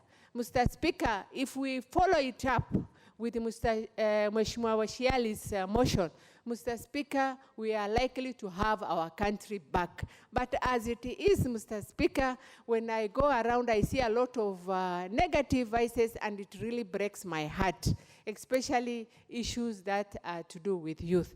Therefore, I support, and I really urge Mheshimiwa Washiali to even use his position and make sure that this motion is followed up. Thank you, Mr. Speaker. Spoken with a lot of passion from the heart. We shall now hear from a youthful member of parliament, the Honorable Uyaya Misi, on this issue. Thank you, Mr. Speaker. My colleague is also useful and is demanding also to have a few remarks. So please consider that for Honorable Babu Wino. Mr. Speaker, The Honorable Amisi, you cannot be have a union for members. I'm just representing the interest of the youth, Mr. No, Speaker. it is all right. It is all right. But the Honorable Babu has just walked in. He'll wait in line. Thank you, Mr. Speaker. Without consuming my time, I like to make my comments. I rise to support this motion by Mheshimiwa Washiali. It's quite a timely motion. My Honorable Speaker, our youths are mostly the adolescents, children, are exposed to internet and social networks. And what they learn there, the movies they watch, and what they read has influenced their life. And in that case, most of them are now becoming, exposed to this juvenile delinquency. And it calls for a program to evaluate our rehabilitation centers in terms of strengthening them, increasing, establishing to areas that we do not have, and equipping them to the standard that is able to take care of our youth. And mostly some of these young children, most parents are so busy in the daily course of trying to fend for their families, and they leave them to the mercy of the world. And there are teachers who try to come in. Most cases you've seen teachers being accused of beating up kids because they are basically not well trained in handling these cases of young kids misbehaving. So to curb all this, and recently, Mr. Speaker, you saw a very young student being arrested with a bag full of cannabis sativa recently. And surely this is a case that has become inevitable at this juncture, that we need as a nation to concert our efforts so that our children are brought up in the rightful manner that is, befitting of our nation. And most of the parents most of them love our children so much, to an extent that they do not punish them where they need to correct them. They do not even, try to inflict some pain where it's necessary, because of the love they have to their children. And when they are left at the mercy of teachers, some teachers who are rogue go beyond just disciplining children. And so, Mr. Speaker, I want to really recognize that this motion is timely, but more so, as a nation, we've been passing so many motions in this parliament, but what is not clear is what is the subsequent. Do we follow up on the implementation?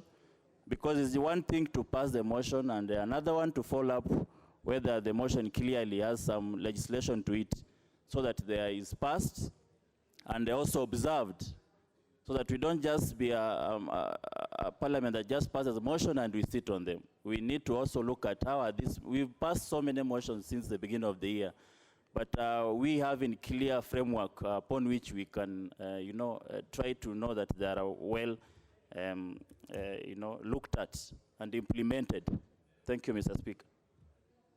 Very well, the Honorable Amisi. We shall now have the Honorable Lomorukai Kamais, member for Loima.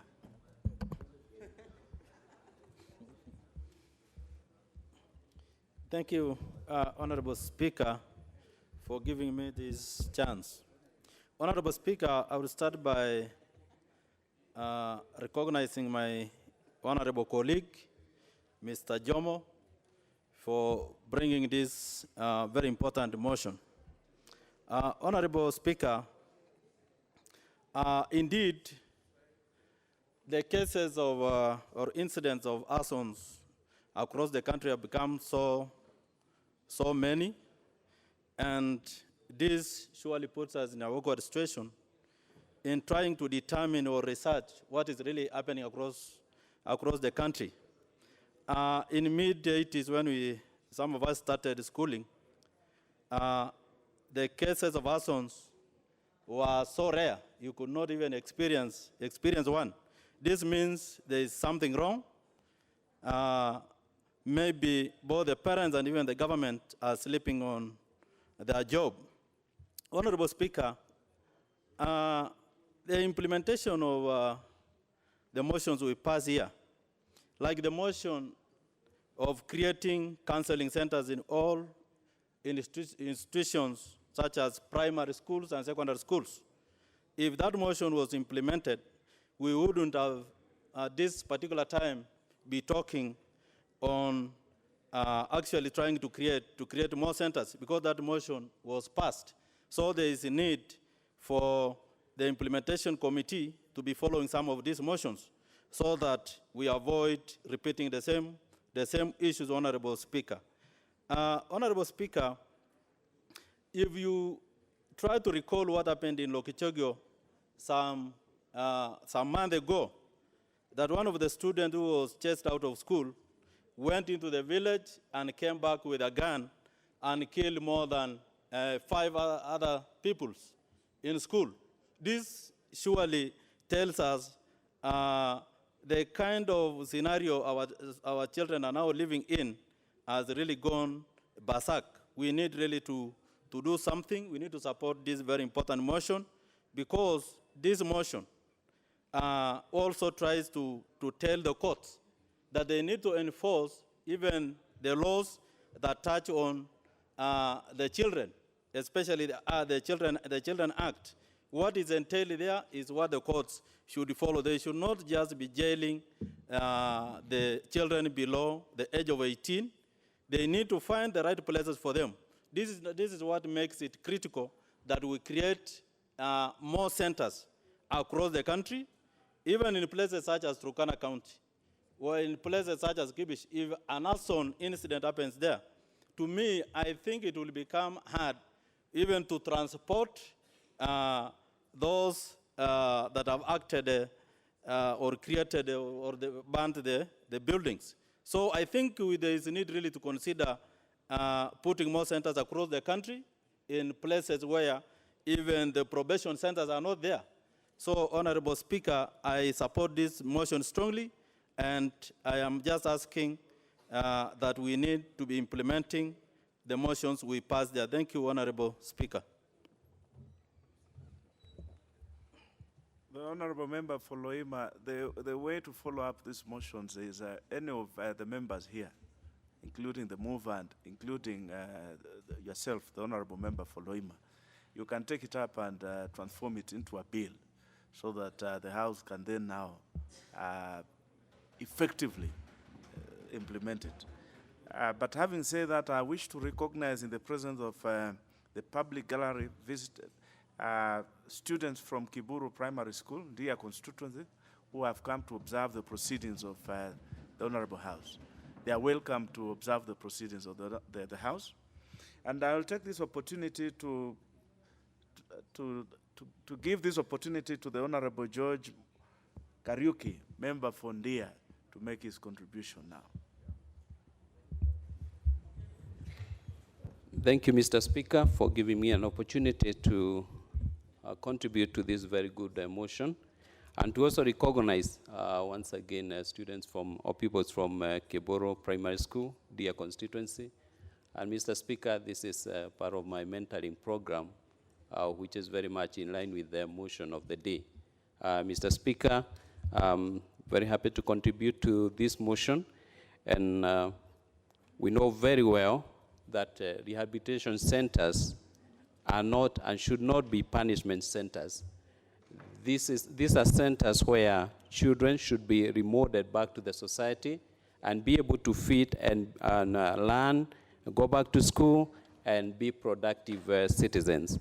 Mr. Speaker, I also want to encourage that counseling programs be employed in our schools so that we are able to rehabilitate these children in a way that they'll be able to feed back to the society and be productive citizens in future. Mr. Speaker, thank you very much, and I support. Thank you. Should we have Honorable Wafula Wamunyinyi? Wafula Mnyinyi has taken leave. Honorable Nikal, member for Seme. Thank you, Mr. Speaker. I rise to support this motion by Honorable Washiali. Mr. Speaker, this motion is premised on the fact that we have massive unrest in schools with very severe consequences. And Mr. Speaker, the basic problem in our society is the indiscipline in schools. Mr. Speaker, this has shown itself in the most notorious ways, such as banning of schools. And if you go into the reasons why our children ban our schools, they are as flimsy as that they were refused entertainment, the day and the date of entertainment was changed, that they desire early closure or early half-term, and that they fear exams, and even resisting transfer of teachers, which is not their role at all. Mr. Speaker, this shows a big problem of indiscipline. Mr. Speaker, look at the issue of cheating in exams. We are aware that students have tried to force heads of schools to actually make exam papers available to them in advance, to be allowed to go into exam halls with telephones, and to try and organize that they have exams in advance. In some cases, even involving parents. I do not understand how a parent can participate in cheating so that the child passes. Passing is not as equivalent to knowing. And so we have a big problem. And all that in the end, as these children grow up, they actually get into more serious criminal activity and deviant sexual behavior. So, Mr. Speaker, what we have to look at, what is the role of the adults in society? What is our role as leaders, as role models? What is the role of parents? When our children see what we as leaders and adults do, they obviously realize that there's no need for discipline. What is the role of parents? We have known that parents have even attacked teachers who are trying to discipline children. So the situation we have in the country, Mr. Speaker, is a breakdown of this indiscipline. As parents, we have not taken our role seriously, and the children we present to the teachers and schools are actually already bad material, not properly disciplined. So the problem of discipline, as I see it, is not in schools, but in our homes and in the society as large. And what is the role of IT? Mr. Speaker, children these days organize strikes across areas so that they plan this school will go on strike first, the other one next, and they use it through the telephones. So again, it's a national problem. But be that as it may be, Mr. Speaker, when we are addressing these issues, we should not hurt these children more, but we should find ways that, first of all, we address the national issue, the parenting issue, and then deal with the children in a way that rehabilitates them and does not hurt them any further. And Mr. Speaker, this is actually recognized in the Children's Act of 2012, and it emphasizes that, for example, in incarceration, children should not be put in cells or in prisons with adults, because the first thing is that they are liable to be abused, they are liable to be actually used within the systems to actually commit more crime or abet crime. And our system actually recognizes this, and we have in this country 12 remand homes. That is for children. We have cells especially for children. We have Boston institutions for children instead of putting them in prison. We have 10 rehabilitation centers, and we have 8 rescue centers for children. So we have a system, and therefore I support Honorable Washali's motion that he says we should strengthen this and put more in place. Mr. Speaker, with that I support. Bro, should you have a member for Saburu East? Thank you, Mr. Speaker. for giving me this chance to contribute to this motion. And Mr. Speaker, our children are going through so many problems. And imprisonment with the adults is not the solution. These rehabilitation centers, they are there to correct behavior. And therefore, it needs to be improved. When somebody is taken for that correction, they are not meant to suffer, Mr. Speaker. And these centers need to be allocated resources so that the children will not suffer in the course that we are going to correct them. Our schools have so many challenges, which even cause the student to do some things which are not correct. And this is not saying that they have to be taken to mix with the elders. Mr. Speaker, we need to revive these centers so that we should have a place whereby we can go and correct the unbecoming behavior of our children. We have cited so many issues affecting the schools, and we need now, Mr. Speaker, to come into our senses that we need to rehabilitate these schools, give them resources, so that we are able to correct now our children. Children are even being used by adults to do some wrong things, and they end up in prison. So, Mr. Speaker, as a country, we need to revive these homes and these centers. And I want to support some members who are saying that we need even more of these kind of these institutions. Because you find that in some places, even to take these children to those centers, it's a lot of problems. And we need to have many of them so that our children can get good services, because the intention of even taking somebody to prison is for correction.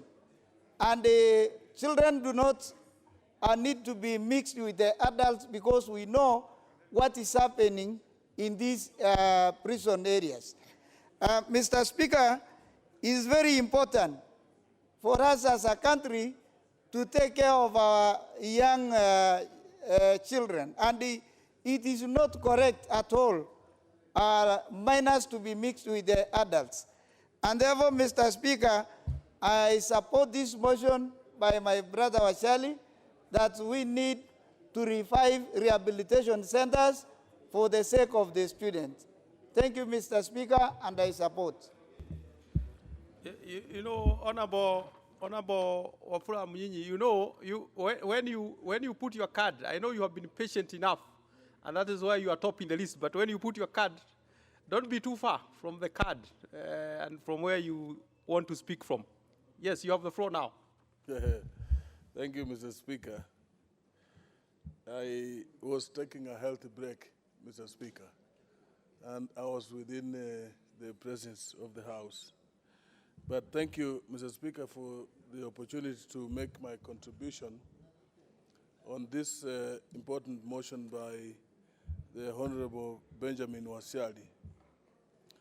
Mr. Speaker, this motion is not urging the government.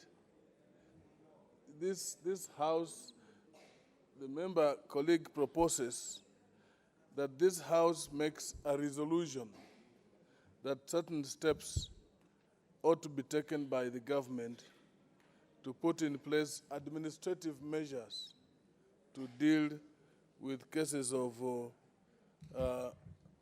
children in schools that are suspected of having committed some offense, Mr. Speaker.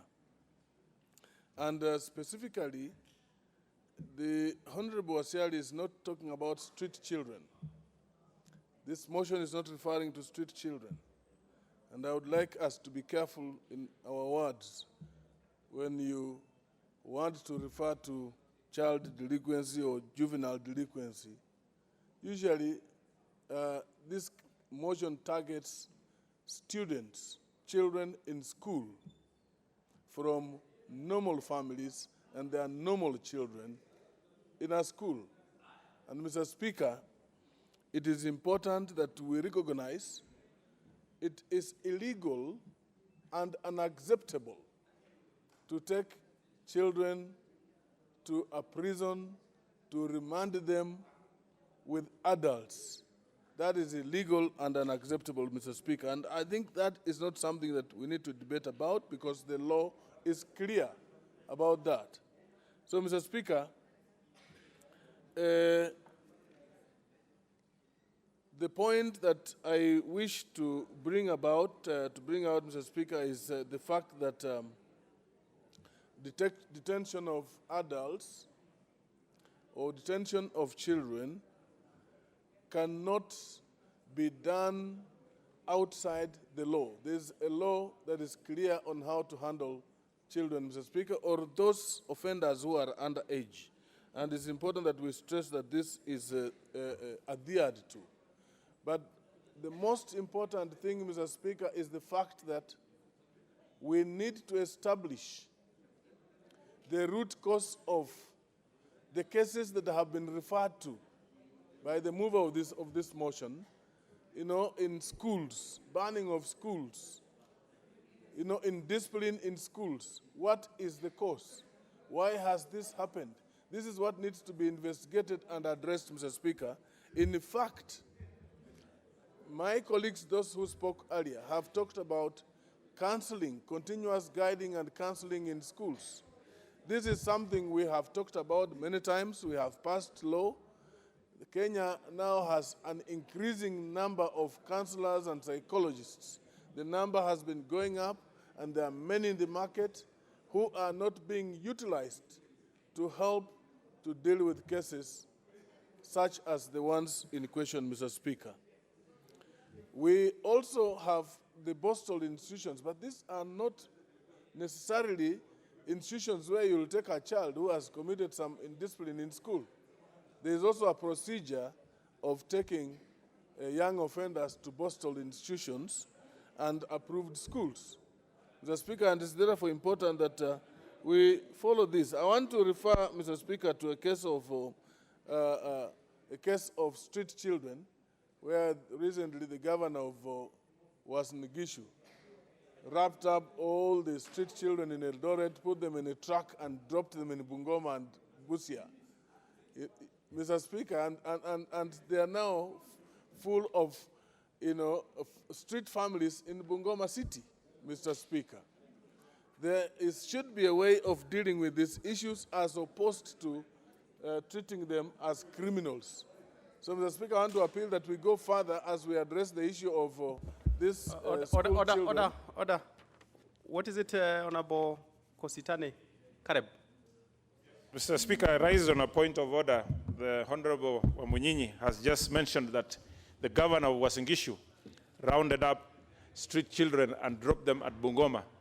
I don't know whether Wamunyinyi has facts or he's just accusing somebody, making a wild allegations. Mr. Speaker, I come from Uasin Gishu County, and I know that no such thing happened.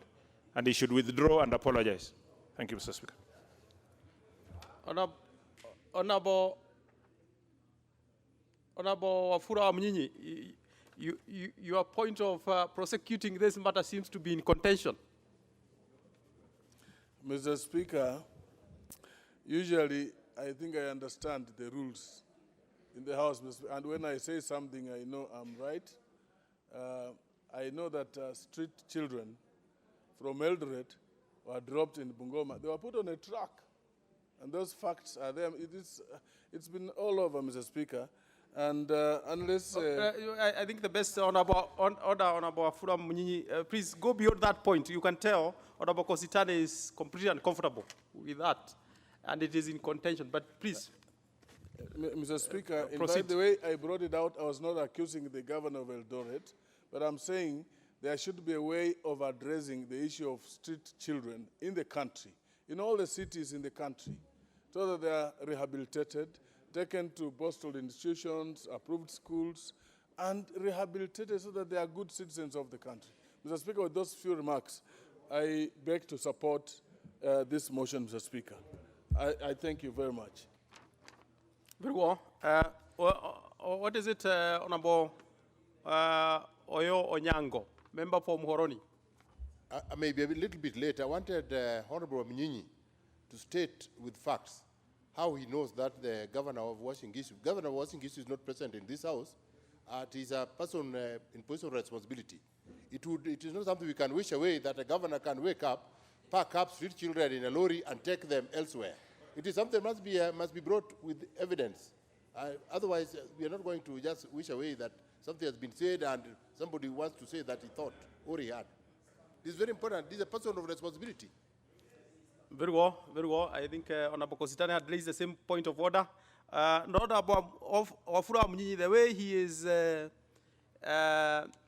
behind you and the way he is laughing, he seems to be saying next time he will be a bit careful.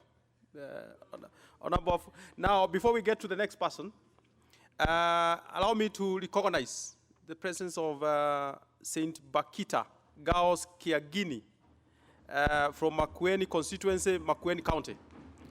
The school, they're most welcome. Honorable Kipkosgei. Thank you, Mr. Speaker, for allowing me to put my voice on this very important motion. Mr. Speaker, I think as we are now, we have seen many schools, really, students banning schools, students accused of having been caught with bunk. But Mr. Speaker, one thing we have to bear in mind, a child is always a child. And a child, as it is, their mental capacity has not fully developed, and they can easily be influenced. So, Mr. Speaker, these children, initially, if parents and teachers were careful enough, they would be able to pinpoint students who are likely to have criminal behavior. First of all, they will start with a lot of cheekiness. They become cheeky, and they will graduate very easily into having mob behavior. With the onset of mob behavior, Mr. Speaker, these children now will graduate into drugs, alcohol, and very soon criminal activities like burning of the schools. So, Mr. Speaker, what do we do? When a student has done a criminal activity, has been found with bang, he has participated in burning of an institution, do we put them in these police cells or the remand prisons where adults and hard criminals are?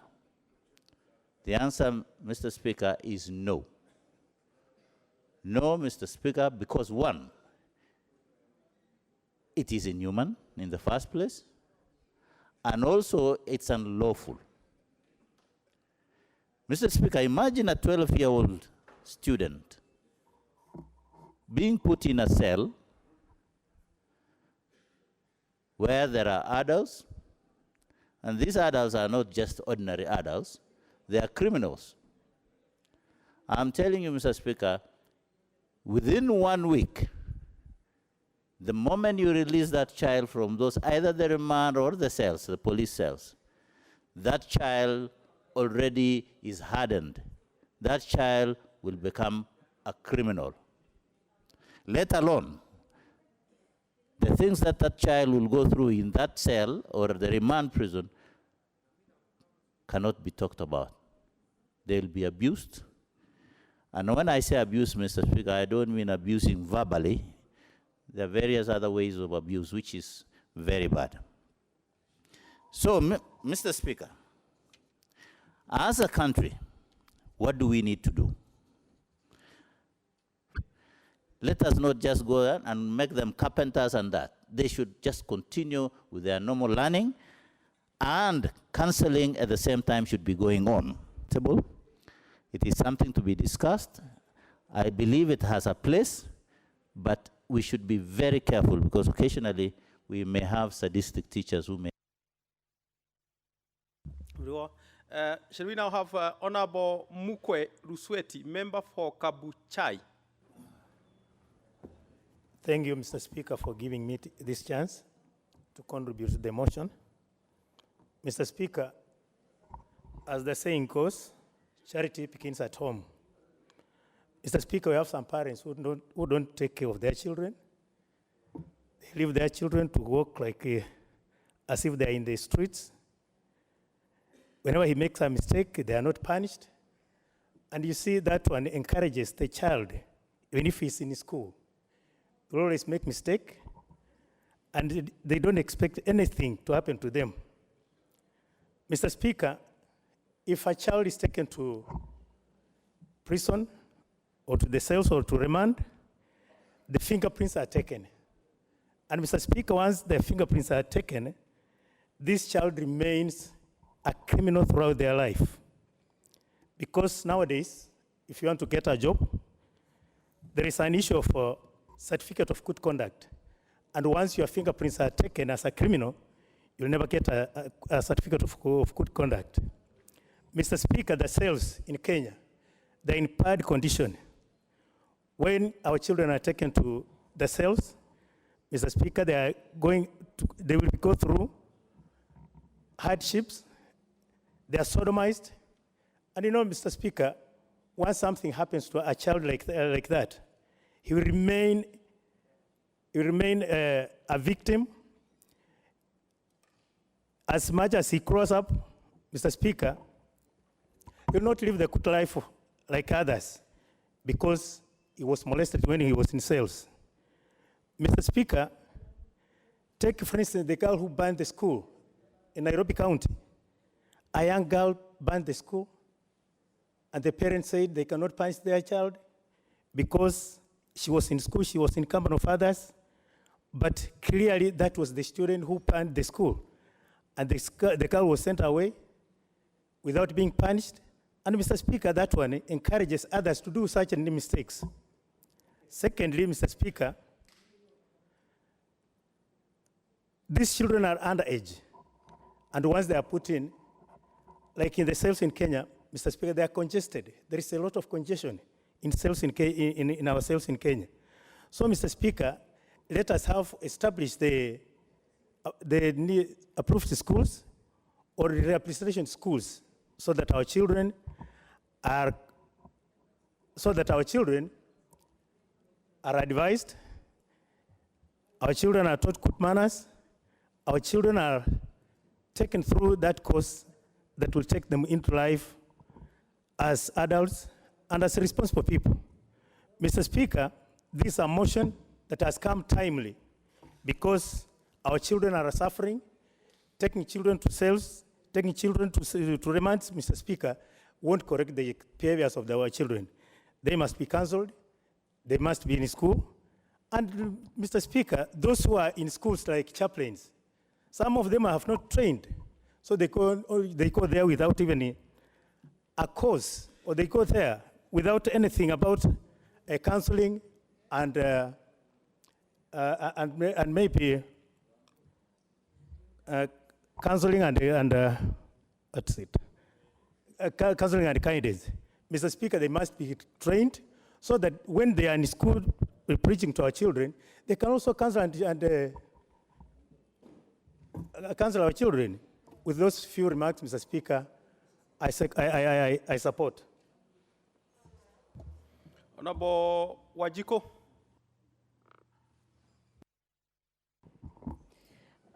Thank you, Mr. Speaker, for this opportunity. I've really waited with a bated breath for this opportunity to give my voice in this very important motion that we need to strengthen the rehabilitation schools in our country. And I want to agree with my colleagues, Honorable Speaker, that the issues of juvenile delinquency of course, are triggered by socioeconomic status in our homes and in our community.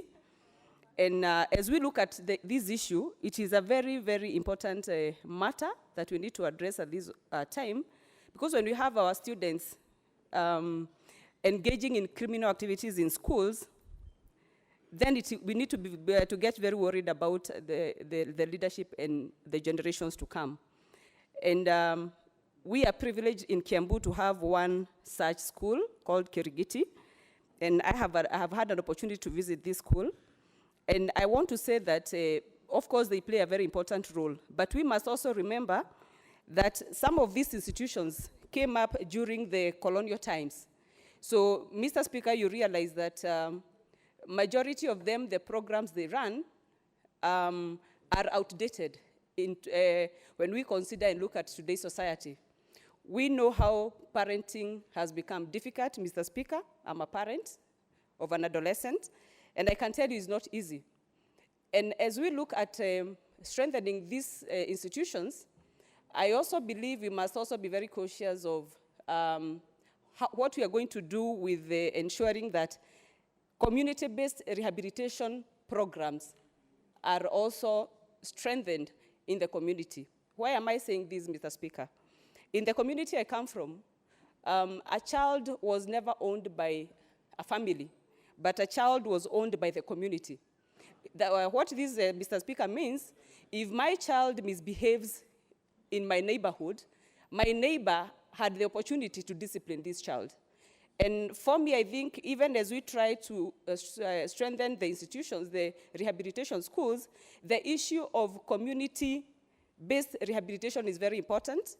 And I'm looking at a situation whereby we can use the structures that we have established, security structures like Nyumba Kumi. We look at how we can be able to strengthen them and, give them mandate, because the way they operate currently, they are operating in a very amorphous status. So can we also looking at such initiatives to ensure that the child or the adolescents at the community level, apart from the family, they also have support that ensures that they remain as people who can be good people in the society.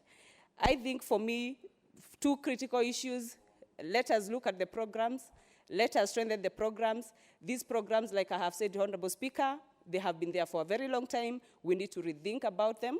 And secondly, let us use the community-based rehabilitation model to ensure that we mentor our youth and ensure that they don't get into juvenile delinquency. Thank you, Honorable Speaker. I do support. Yes, honorable members, I can tell even Honorable Bobuino has resorted to raising the hand, but I'm afraid Honorable Bobuino and many other members who have registered interest to speak to this, that actually the time allocated for this motion has come to an end. If you look at the procedural motion, Honorable Oino, if Honorable Asheri was gracious enough, he can very easily donate a minute or two to you. But we must call the mover to reply now, and he can donate 1 or 2 minutes to different people. Honorable Asheri, it is.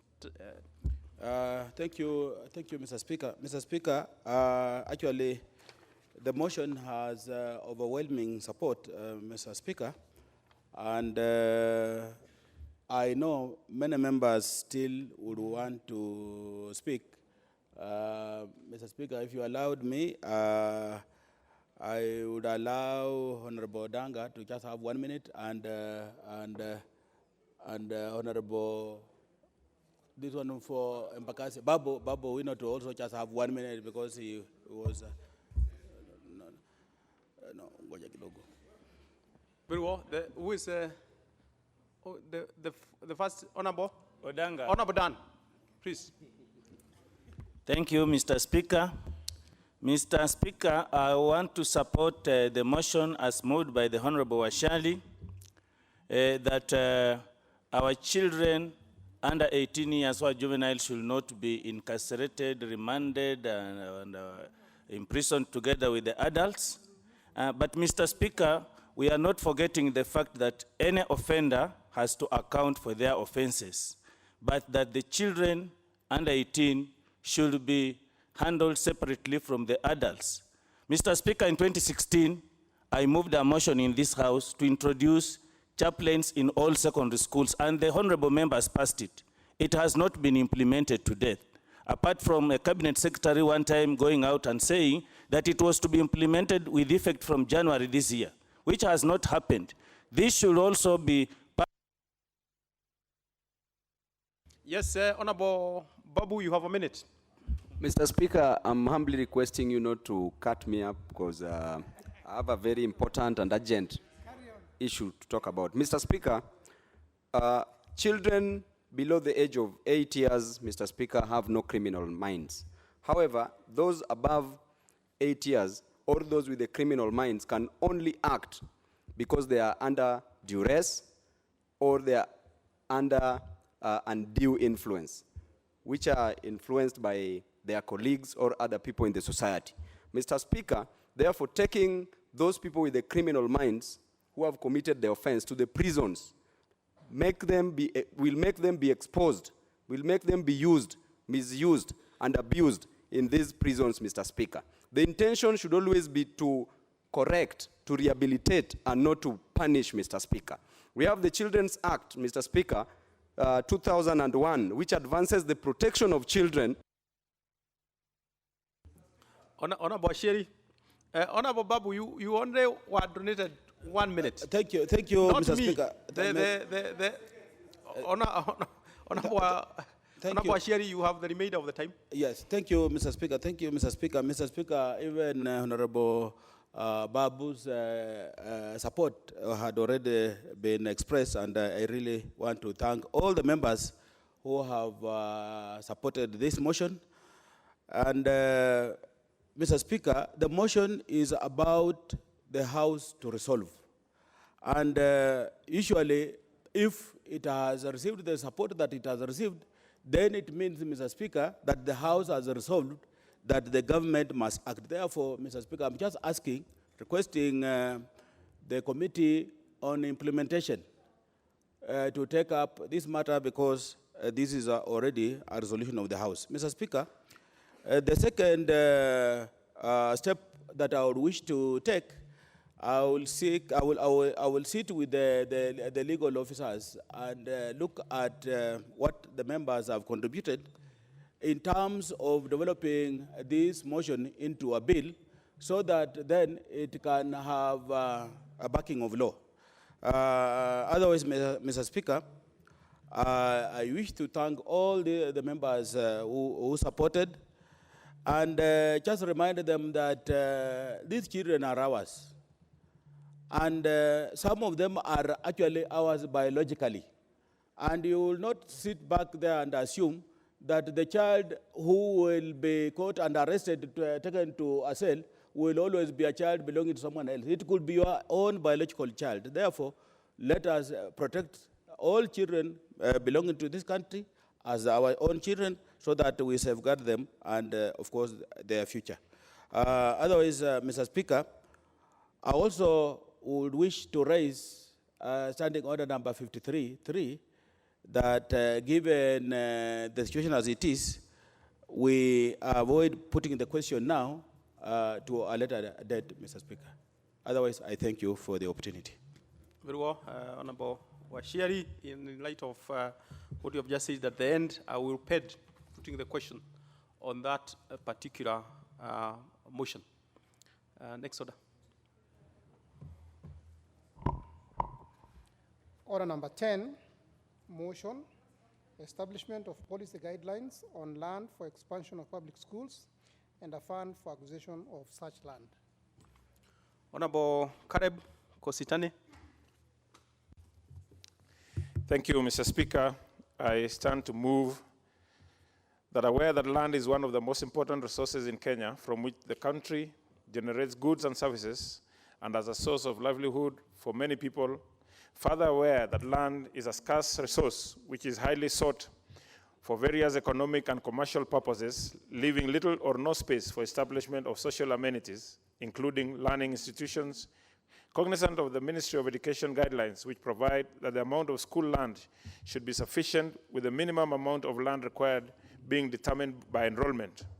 Concerned that the increasing number of students in learning institutions puts a lot of strain on the available infrastructure, especially those institutions which are established on limited space and with no future expansion space.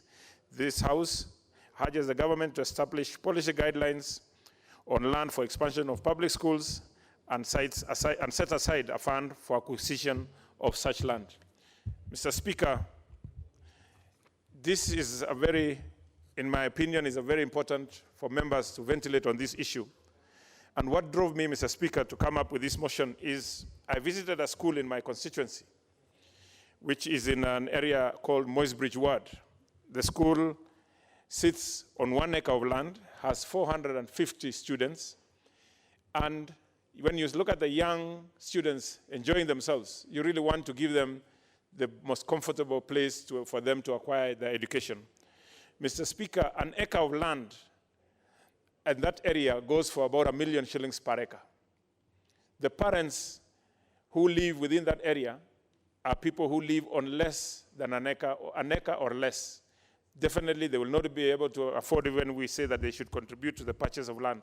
And also, Mr. Speaker, when we see, because of the devolved functions, and the money that we get from CDF, and the money that also comes down to our county government, is also not sufficient for us to have the rapid expansion, because the rate at which our citizens are expanding their population is not the same rate at which we are expanding facilities, especially the learning facilities. So, Mr. Speaker, this is to urge members that let us debate on this, let us pass this, so that we may establish a fund that will be specifically for funding of expansion of land for primary and secondary schools, and even for our polytechnics.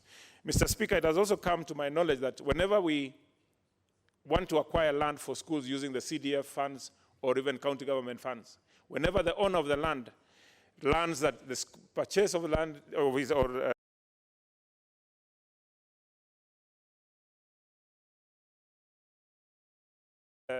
for the schools, then the price always triples.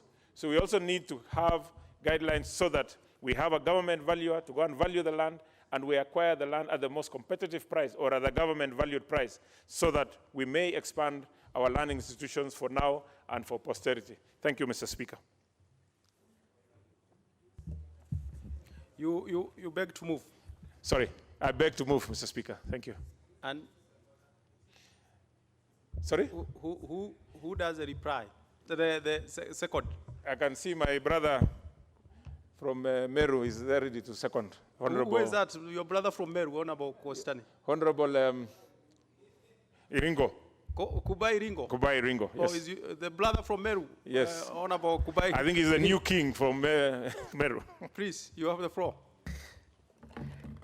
Thank you, Mr. Speaker. And let me thank my brother Constance for giving me this opportunity to second this motion. And hereby I stand to second the motion and thank Honorable Constance for having brought this motion, because been blessed, because we have got so many students and pupils coming to our chamber, and also we are discussing about education and our children. So I think it's a blessed Wednesday for us. Mr. Speaker, I second this motion by agreeing with my colleague that we need to have a fund to cater for needed cases or schools which have got no grounds. Mr. Speaker, there's an average acreage of land which is required for a school to be established. But because of the number of the explosion of population, and more so because of the number of pupils we are having in schools, some schools which are very big playing grounds, or ground to put up schools, they have become constrained, Mr. Speaker. And when that constraint comes in and the value of the land is going up, when need comes for that school to expand, it becomes quite difficult for the parents or even for us leaders when we want to buy more land. And more so, when if, as it has been said, if as the institution which is going for the land, the prices will be very high. So, Mr. Speaker, if we have a fund through the Ministry of Education, which will look into those needed schools, not every other school which will come for it, those schools which have got limited land, and once that land is identified, it is valued and expanded for the purpose of having free and good, enough space for the children, Mr. Speaker. Mr. Speaker, it is said that children must read and also play. But you find that some schools which are just in the back alleys of some shopping centers or even in towns, and you find that the children are they just leave the classroom, just play around the door, and then go back again, Mr. Speaker. These schools need a lot of land, and the money which, the parents cannot afford, and the CDF money, which most of the people in the rural areas mostly rely on, cannot be adequate enough to do all these things. But with the Ministry of Education having a kit for that purpose, or even in the lands office, provided that it is monitored by the education machinery who will identify the needed schools, it will be very prudent and good to do the same. More so, Mr. Speaker, this vote, which needs to be safeguarded seriously, should also be monitored through the treasury, so that at least those funds go to the intended purposes. Mr. Speaker, I support and I second. Honorable members, I propose a question, which is that aware that land is one of the most important resources in Kenya, from which the country generates goods and services, and a source of livelihood for many people. Further aware that land is a scarce resource which is highly sought for various economic and commercial purposes, leaving little or no space for establishment of social amenities, including learning institutions. Cognizance of the Ministry of Education guidelines, which provide that the amount of school land should be sufficient, with the minimum amount of land required being determined by enrollment. Concerned that the increasing number of students in learning institutions put a lot of strain on the available infrastructure, especially those institutions which are established on limited space, with no space for future expansion. This House urges the government to establish policy guidelines on land for expansion of public schools, and sets aside a fund for acquisition of such land. We shall have the first on top here is Honorable Bui Robert, member for Kadiani. Thank you, Mr. Speaker, for this opportunity. First, I want to begin by thanking the Honorable Kositani for coming up with a very timely motion. This clearly is one of the problems that we are facing as a nation in managing our educational institution. Now, Mr. Speaker, the first thing I want to point out is for quality learning to take place, there is need, of course, to be enough space for classes, offices, labs, and all sorts of amenities that are required. And more importantly, space where our learners from early childhood all the way up to secondary school can have space to exercise their bodies and play. And different sporting activities are actually part and parcel of our curriculum. But the tragedy is that the majority of our institutions, Mr. Speaker, do not have space at all for the children to carry out these activities. In fact, it is shocking because some of our schools don't even have space for us to build extra classes. So when a school grows and requires expansion so that we could have extra classes, or maybe requirement of an extra laboratory, you find most times we have to look for land for that.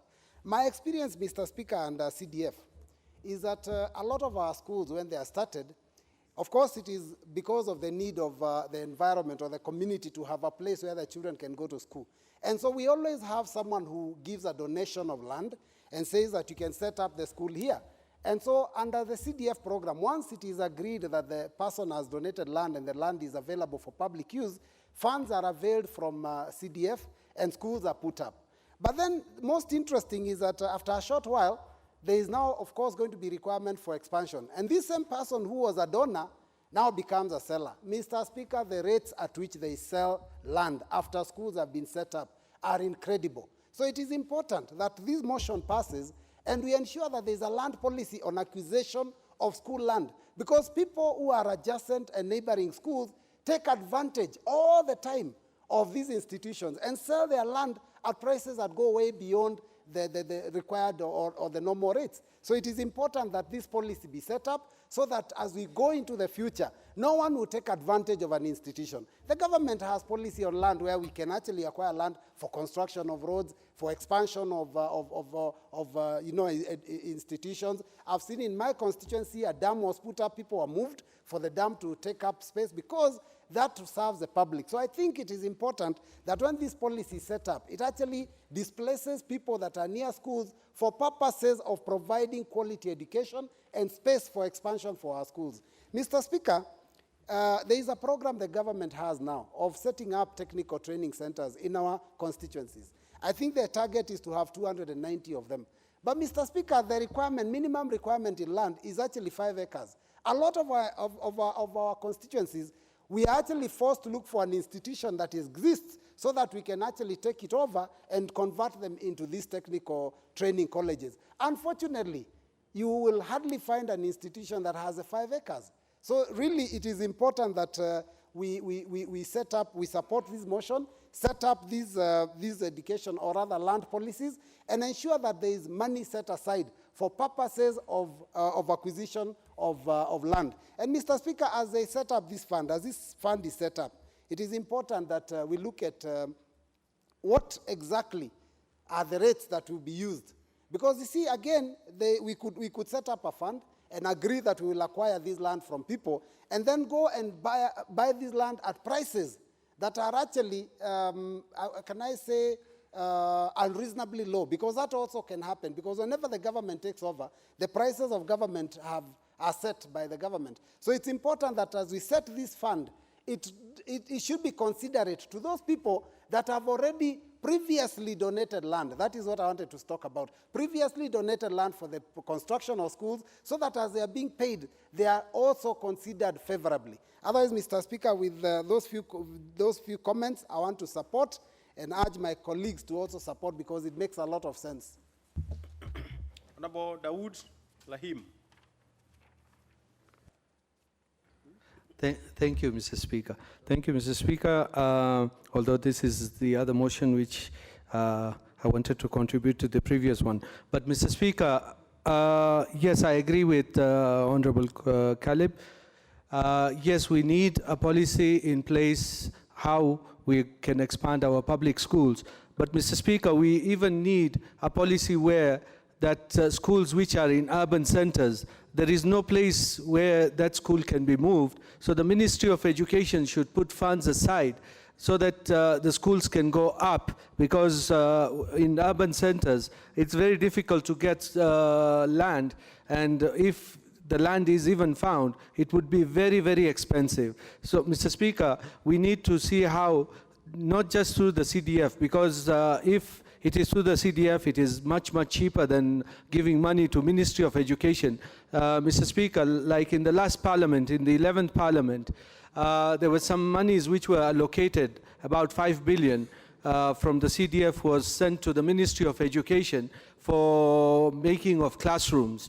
And Mr. Speaker, you will not believe it, where we are constructing in CDF classrooms at the maximum of maybe 650,000 to 700,000. The Ministry of Education, the funds which they received, they spent 1.2 million per classroom. So we wonder, are there two ways to make classrooms? Because we know classroom costs how much? How can it cost double? So, Mr. Speaker, if this thing is left to just the Ministry of Education to go and source for land as well as expansion of schools, I think it will be the wrong way, because you have seen, Mr. Speaker, the SGR, where we have land acquisition, the prices just shoot up when they know that the government wants to buy. But if it's a private buyer, the price is less than a quarter of what it is. So we need, if there is a policy in place, a land policy where we are going to be purchasing land, we need to know what the market was before interest was put in that certain place. And then, Mr. Speaker, we need even not just to buy land, we need to know where the public lands are, because we've got so much public land in this country and it's lying idle, like in the chief's offices or elsewhere. We need to make use of those public lands to establish schools, because we cannot have public land being grabbed and then we are going to buy the land again. So, Mr. Speaker, I support this one, and I hope that once we establish this policy, it will come through the House, and if it is to be established, then we, as the members of Parliament through NGCDF, should be given the money to be built those schools and to finish it. Mr. Speaker, my constituency, there is a school which was built through CDF funds called the Mary Primary School. By the time they were building, they had not got a title. Later, after a few years, is when they realized they built on another portion of land which was not theirs. Now, there is a neighboring land which the school had been allocated. There is a problem of moving the school from where it is supposed to be to where it was meant to be. But that's what now we need the government to sort out. If there are portions of land where a school has been built and there is another portion where it was allocated, that should be given to the person who was initially the owner of that land, instead of creating bottlenecks. So, Mr. Speaker, I support this, and we have to have a good policy in place. Thank you, Mr. Speaker. Honorable Karani Odhiambo. Thank you, Mr. Speaker. As I asked to support this motion by Honorable Caleb Kosatani. Mr. Speaker, with the establishment of free primary education, we are all aware that the enrollment in our schools went up by almost 100%. And it's where we have reached at the moment, Mr. Speaker, it's very painful. And we cannot understand. Some of our schools, at the moment as we speak, does not even have space for the expansion. We have schools, especially from my constituency, several of them, which are just upcoming secondary school. But these schools will find that we don't have the space or the land for expansion. For these parents to get the land, it has forced now our parents to turn back now to fundraising. This automatically gives a burden to the parents, whom we are very much aware that even just affording to pay the school for these children is not easy. Mr. Speaker, what we have to do at the moment is that we have to come up with a policy.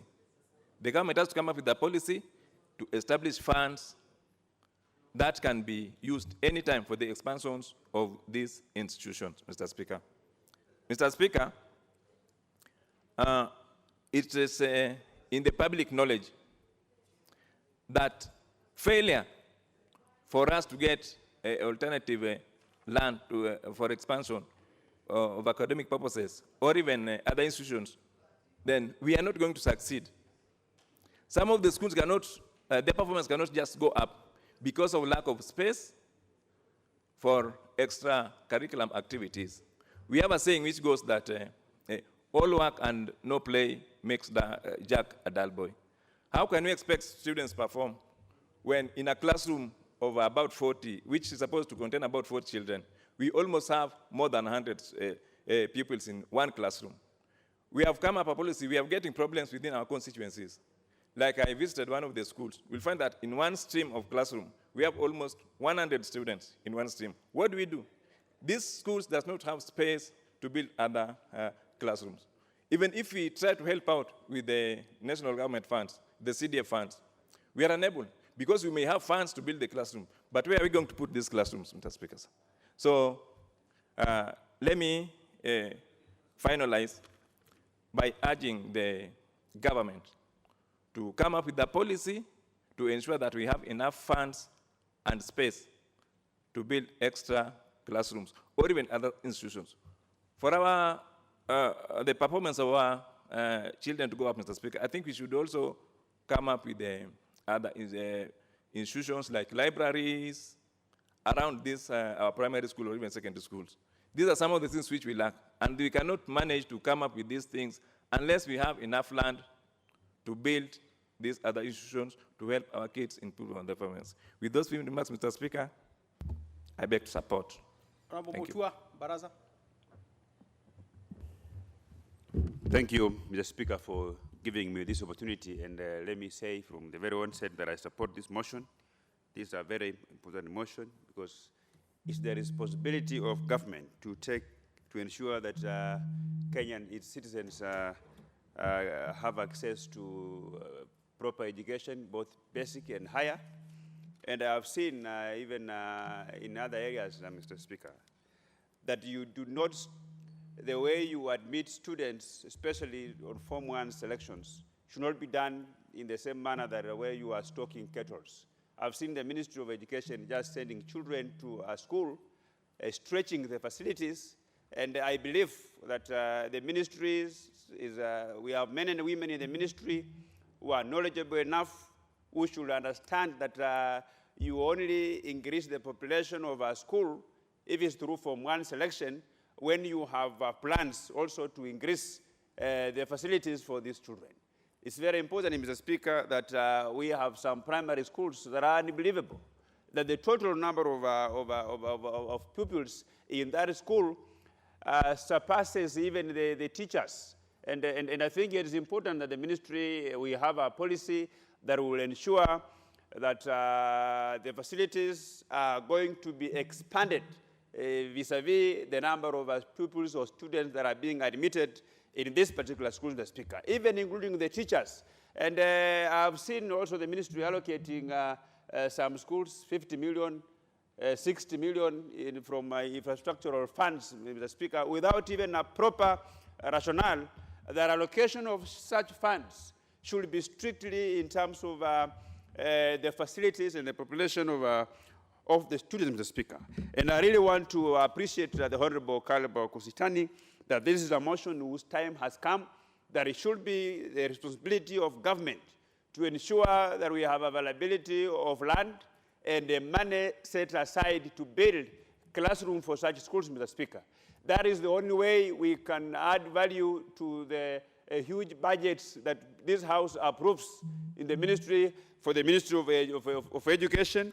And the allocation of such money should never be at the whims or at the mercy of the PS, but they should be dictated by the requirements of various schools, infrastructure requirements, buying land, building, because CDF is not enough, Mr. Speaker. You understand that CDF, the amount of money that is available for such development is less than 55 million, which is not enough to actually turn around the infrastructural needs for these schools, Mr. Speaker. So we must actually push the government. And as this House resolved, Mr. Speaker, it's upon now the Committee of Implementation, because I'm aware that this House has passed very many motions, but they have not been implemented. And as we support, it is in the same spirit that we will urge the government of this country to take what comes out of this House very seriously, that it should not be business as usual, that we approve, we pass bills, we pass motions, and 5 years down the line, nothing is being implemented. And the motions which we pass here are the ones that will dictate, they are the ones that will guide and direct future budgeting, Mr. Speaker. We need to move away from a tradition where the ministries sit down, they come up with their strategic plans without being guided by the various laws and motions that this House has approved, because it's on the basis of those motions that is going to guide them on what needs to be put in place, so that they budget money to implement whatever this House has approved, Mr. Speaker. For this, Mr. Speaker, I support this motion. Thank you. Honorable Kaunya Oku. Thank you very much, Mr. Speaker. I rise to support this motion by Honorable Caleb Kostany. It is a very, very important motion and timely. I see the biggest problem that we have in our schools, and especially for expansion, is land. And land, given that the prices are not standardized, I think it's important that we develop a policy, a guideline, and of course, allocate funds to enable the public schools acquire land. Given the policy of government on 100% transition, we have realized that most of the schools now, secondary schools, require more classrooms. And in every case, like in Teso North, which I represent, I find every of the 33 secondary schools requires a minimum of 2 extra classrooms. So, but these classrooms have to be built on available land. Secondly, there is need to expand the secondary schools. That is additional secondary schools which require also land. The big problem, again, is that in the Fiscal Planning Act, there is a provision for public utilities. In all land that is planned for development, public utilities are supposed to be provided. That includes schools. Unfortunately, I think we have not been very keen in implementing the Fiscal Planning Act, which is mandatory to provide for those facilities and therefore for space for secondary schools. Therefore, this particular motion, if implemented, will be able to help us develop guidelines that will ensure there is land set aside, and also that the Fiscal Planning Act is actually implemented to the letter. At the same time, I think there are also questions of standardizing the land prices.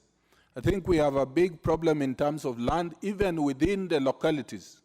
For instance, you'd find within one area or even a constituency, you'll find land being sold maybe on a second rate where people are speculating.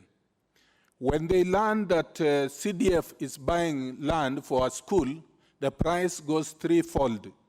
So there's need in this particular policy guideline also to insist on establishing a price of land that is applicable across the board, so that with this standardization, definitely we save a lot of money and be able to acquire adequate land for the school's expansion. Mr. Speaker, I support the motion. Thank you. Member for Rari. Thank you, Mr. Speaker. I rise to support Honorable Kositani on this issue because when you look at our schools, they are ballooning every day. Someone may say that Central Province, we are not adding the numbers. But truth be told, when you go to my constituency of Lari, like I have 5 schools which need extra land, and we don't have a policy for this. Just recently, I had to buy land for a school called Wangware Primary School, which was top school in my constituency. Because it is operating on half an acre of land, students want to go out and play, students want to excel in extracurricular, want to build more classes, but we have no space. I think the government should have a policy, and they should also take an audit of all the schools that are existing. In my 63 schools in the constituency, primary schools, we need an audit to know how many acreage does each school have. I have another school called Iriaine. Every day they are bugging me, they need CDF money to have more land. I had to transfer another whole school called Lare Primary School from the location it was to a new establishment, taking a lot of budget which could be used in other infrastructural development to buy land, which is a core issue in the schools that we are having today. You are seeing that many private schools are coming up just because we don't have enough space in public schools, we don't have good infrastructures in public schools, and I think the government should take it as a priority. Land should be a priority to the government to give to schools so that we can have more space for expansion, more space for development, more space for extracurricular activities, and also more space for good serene in the schools. We need good environment in schools.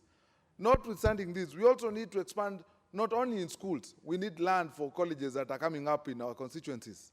We were seeing the other day, our county women rep and the governor had to look so much for land to build a rehabilitation center, which is also, the government should come up with a policy. Where should we put all this?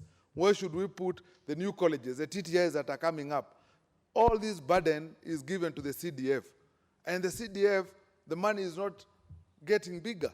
We need a policy where the government should add more money so that we can have these lands acquired as to need basis. So an audit is necessary, and that is why I support Honorable Kositani. Thank you, Mr. Speaker, sir. Honorable Mohammed Sheikh. Thank you, Mr. Speaker. Mr. Speaker, I think it is always important to realize that our institutions are very important social amenities, and social amenities that will definitely have an impact, a long-term impact on our communities. And it does have. And therefore, I support this, I stand to support this motion in saying that our schools should have sufficient space for our children to grow and prosper, for our children to have social times, for our children to have a time that they can reflect on while they are out there in the outdoors. Extracurriculums are important activities. These extracurriculums require spaces. They require spaces where children can go and practice and train. Spaces where children can be able to have their own time and being children as they require in life. What is also important is that land is a very emotive issue. A very emotive issue that really requires to be considered quite well. When establishing schools and institutions, they require that space for those institutions to grow. As time goes by, curriculums do change. And when curriculums do change, we require places where those curriculums can be practiced and utilized. Further to that, if I can take an example, Wajir South, my constituency, there are so many schools that have been moved closer to, and there is no space for expansion. It is important that our people, our parents, our families are aware that these institutions require places to expand on. And therefore, that land that is being grabbed, taken over is not good. And therefore, I support this motion, and I'm glad. You don't need to conclude, Honorable Mohammed. You don't need to be in a rush to conclude. It's only that it is 1 p.m. now, and the House must rise. Now, you will have a balance when this motion comes back to the floor. Thank you very much. As the House business shall schedule, you will have a balance of 3 minutes. Thank you, Mr. Finish Speaker. your 5 minutes. Okay, good. For the other members, I can see quite a bit of interest on this motion yet. This motion isn't concluded yet. There is a balance of 1 hour, 27 minutes on this particular motion. So this continues the next time it is scheduled. Honorable members, the time being 1 p.m., this House starts adjourned till Wednesday, 17th October 2018 at 2:30 p.m.